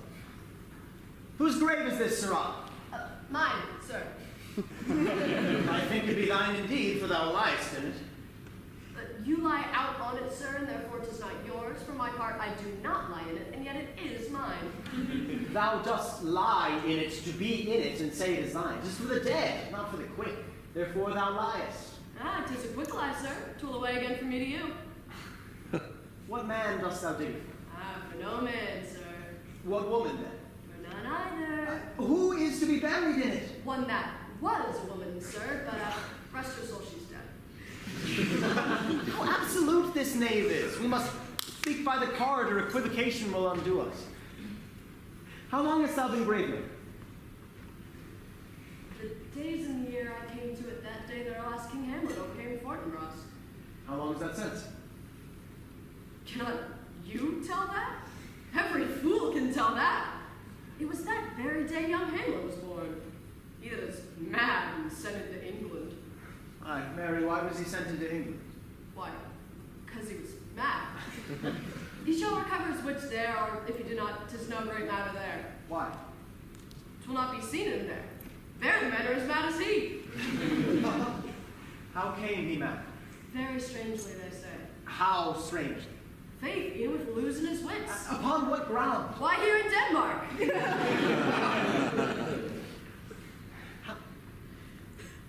How long will a man lie in the earth ere he rot? Faith, if he be not rotten before he die, he will last you some 8 year, 9 year. Here's a skull now hath lain in the earth 23 years. Whose was it? A horse-son mad fellows it was. Whose do you think it was? They I know not. Ah, this same skull, sir, was, sir, Yorick's skull, the king's jester. This? In that. Alas. For your... I knew him, Horatio. He was a fellow of infinite jest, of most excellent fancy. Oh, he hath borne me on his back 1,000 times, and now, how abhorred in my imagination it is. Where be your jibes now? Your gambols, your songs, your flashes of merriment that were wont to set the table at a roar. Not one now to mock your own grinning. I prithee, Horatio, tell me one thing. What is it, my lord? Do you think Alexander looked at this fashion in the earth? E'en so. And smelt so? Ugh. E'en so, my lord. To what base uses we return, Horatio? Why, may not the imagination trace the noble dust of Alexander till he find it stopping a bunghole? 'Twere to consider, too curiously to consider so. No, Alexander died. Alexander was buried. Alexander returneth to dust. The dust is of earth, and of the earth we make loam. And why? Of that loam whereto he was converted, might they not stop a beer barrel? Imperious Caesar, dead and turned to clay, might stop a hole to keep the wind away. But soft a while. Here comes the king, the queen, the courtiers, and who is this they follow? And with such maimed rites. Couch me a while and mark.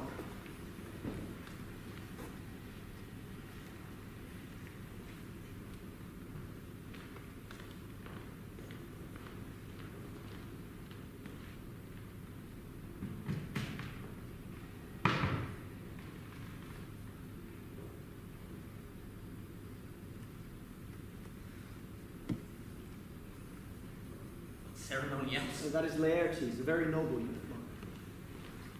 Ceremony else. Her obsequies have been enlarged as far as we have warranty. Her death was doubtful, and but the great commander sways the order she should in ground unsanctified been lodged.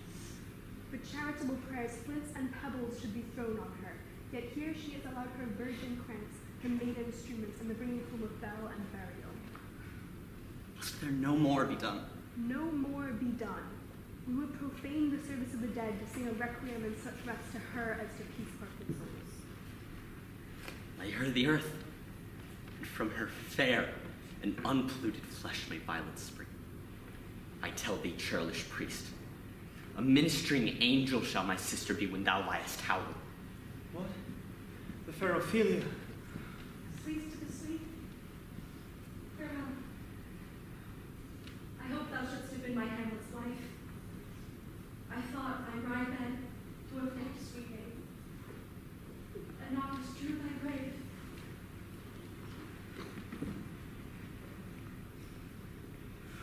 Oh, treble woe fall 10 times double on that cursed head whose wicked deed, that most ingenious sense deprived me of.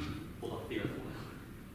Shall I conquer once more in my arms? What is he whose grief bears such an emphasis, whose phrase of sorrow conjures the wandering stars and makes them stand like wonder-wounded heroes?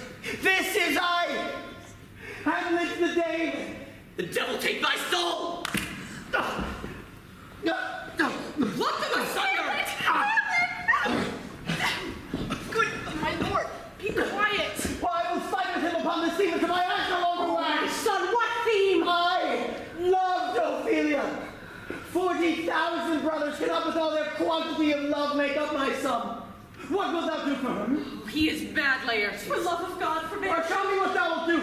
Would weep, would fight, would fast, would tear thyself, I'll do it. Just come here to whine, to outface me with leaping in her grave. Be very quick with her, and so will I, O rant as well as thou. This is mere madness. Hear me, sir, what is the reason you use me thus? I loved you ever. It is no matter. Let Hercules himself do what he may. The cat will mew, and dog will have his day. Strengthen your patience in our last night's speech. We'll put the matter to the present, push. An hour of quiet thereby will we see. Till then, in patience, proceeding be.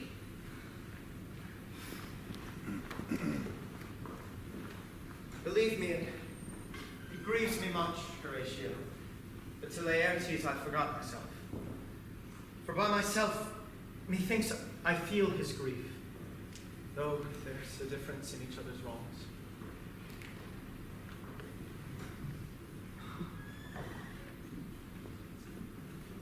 Your lordship is right welcome back to Denmark.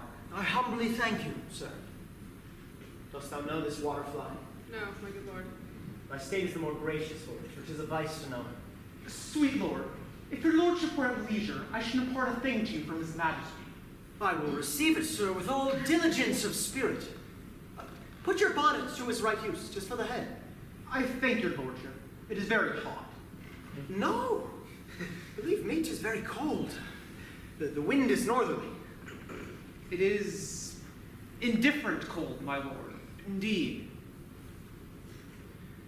And yet methinks it is very sultry and hot for my complexion. Exceedingly, my lord. It is very sultry, as 'twere... I cannot tell how. My lord, his majesty bade me signify to you that he has laid a great wager on your head. Sir, this is the matter. I beseech you, remember. Nay, good my lord, for my ease, in good faith. Sir, here is newly come to court Laertes. Believe me, an absolute gentleman, full of most excellent differences, a very soft society, and great showing. Indeed, he is the very card or the calendar of gentry, for you shall find him in the continent of what part a gentleman would see. His definement suffers no perdition in you, though I know to divide him inventorially would dazzle the arithmetic of memory. Your lordship speaks most infallibly of him. The concernancy, sir? Why do we wrap this gentleman in our more raw breath? Sir? Is it not possible to understand in another tongue, sir? You will do it, really. What imports the nomination of this gentleman? Of Laertes? His purse is empty already. All's golden words are spent. Of him, sir. I know you were not ignorant. Of what you did, sir. You were not ignorant of what excellence Laertes... Oh, I dare not confess that, lest I should compare with him in excellence. I mean, sir, for his weapon. But in the imputation laid on him by them, in his meed he is unfellowed. What's his weapon? Rapier. The king, sir, hath wagered with him 6 Barbary horses, against the which he has impawned, as I take it, 6 French rapiers and poniards, with their signs as girdle, hanger, and so. 3 of the carriages, in faith, are very dear to fancy, very responsive to the hilt, most delicate carriages. What call you the carriages? I knew you must be edified by the margin ere you had done. The carriage, sir. 6 Barbary horses against 6 French swords, there are signs, and 3 liberal conceited carriages. That's the French bet against the Danish. Why is this all you call it? It should come to immediate trial if your lordship would vouchsafe the answer. How if I answer no? I mean, my lord, the opposition of your person in trial. Sir, I will walk here in the hall. Let the foils be brought, the gentleman willing, and the king hold his purpose. I will win for him, and if I can. If not, I shall gain nothing but my shame and the few odd hits. Shall I deliver you so? But to this effect, sir, after what flourish your nature will. I commend my duty to your lordship. He does well to commend it himself, for there are no tongues else for his turn. You will lose, my lord. I do not think so. Since Laertes went into France, I have been in continual practice. Nay. I shall win. Oh, it is but foolery. If your mind dislike anything, obey it. I will forestall their repair hither and say you are not fit. Not a whit. We defy augury. There is special providence in the fall of a sparrow. If it be now, 'tis not to come. If it be not to come, it will be now. If it be not now, yet it will come. The readiness is all. Since no man of aught of what he leaves knows, what is to leave betimes? Let be.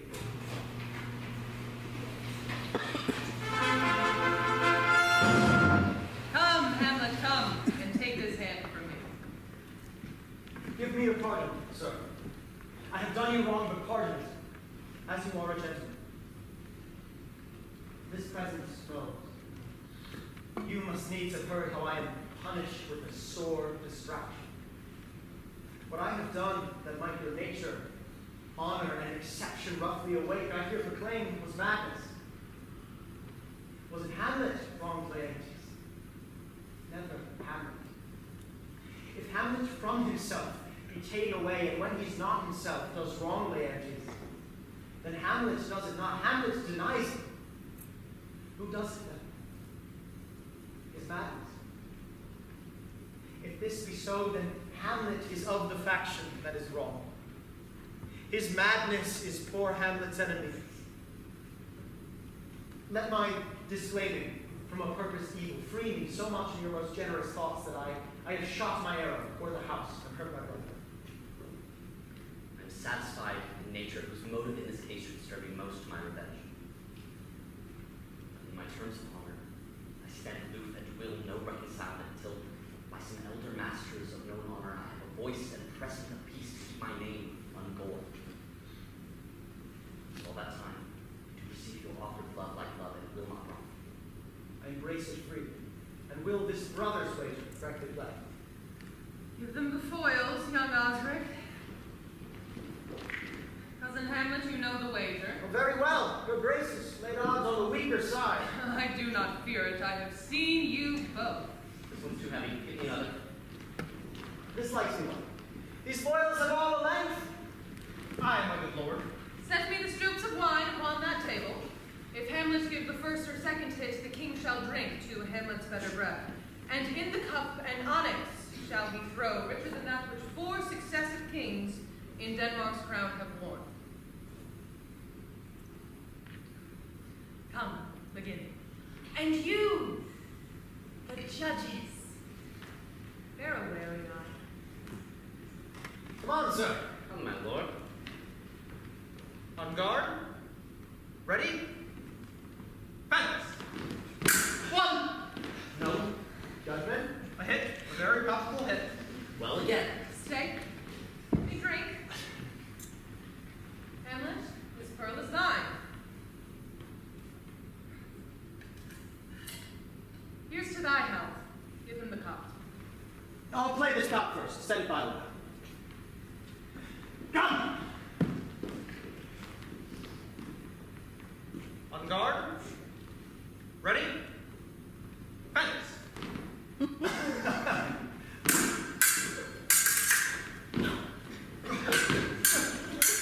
Come! Another hit. What say you? Do confess. Our son shall win. He's fat and scared of breath. Here, Hamlet, take my napkin, rub thy brows. Good madam. The queen carouses to thy fortune, Hamlet. Gertrude, do not drink. I will, my lord. I pray you pardon me. The poisoned cup is too late. Come, let me wipe thy face. My lord, I'll hit him now. I do not think. Yeah. Just almost gets it. Come for the third. Laertes, you do but dally. I pray you pass with your best violence. I'm sure you make a wanton of me. Say you so. Ah!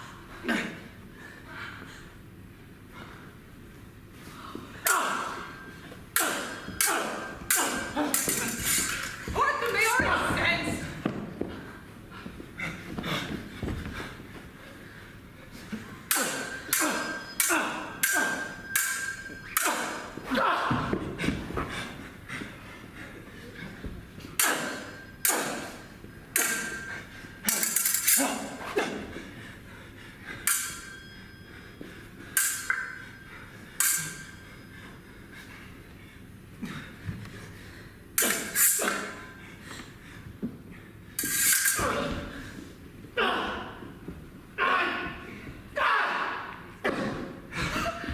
Look to the queen there. Ho! If we on both sides, how is it, my lord?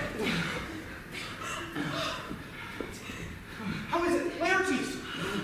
Why is a woodcock's mine on springe also? I am justly killed with mine on treachery. How does the queen? She swoons to see the queen. No! The drink! The drink! Oh, my dear Hamlet! The drink! The drink! I am poisoned! Oh, villainy.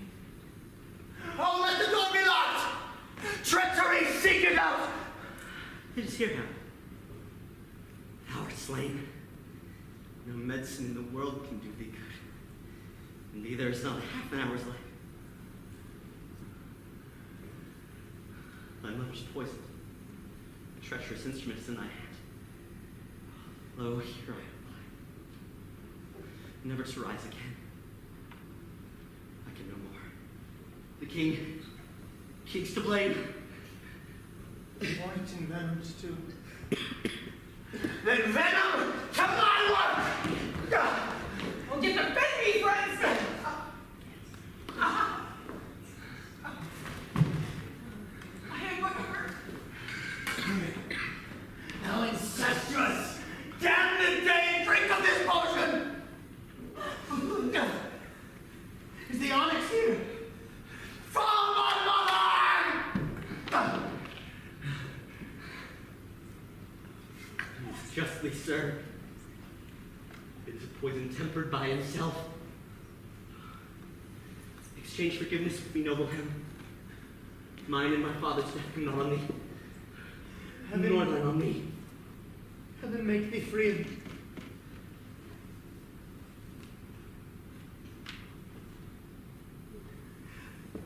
Oh, I am dead, Horatio.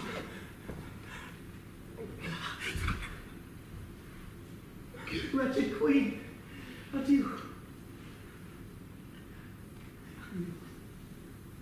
That look pale and tremble at this chance, that are but mutes or audience to this act, had I but time, as this fell sergeant, death is strict in his arrest. Oh, I could tell. But let it be. Horatio, I am dead. Thou livest, report me and my cause a right to the unsatisfied. Never believe it. I am more antique Roman than a Dane. Here's yet some liquor left. As thou art a man, give me the cup. No, let go! By heaven, oh, Horatio, what a wounded name. Think standing thus unknown shall live behind me. If ever you did hold me in your heart, absent thee from felicity a while, and in this cruel world draw thy breath in pain to tell my story. What warlike noise is this? Young Fortinbras, with conquests come from Poland, to the ambassadors of England gives this warlike volley. I die, Horatio. The potent potion quite o'ercrowds my spirit. I shall not live to hear the news from England, but I do prophesy the election lights on Fortinbras. He has my dying voice. So tell him, with the occurrence more and less which have solicited. The rest is silence.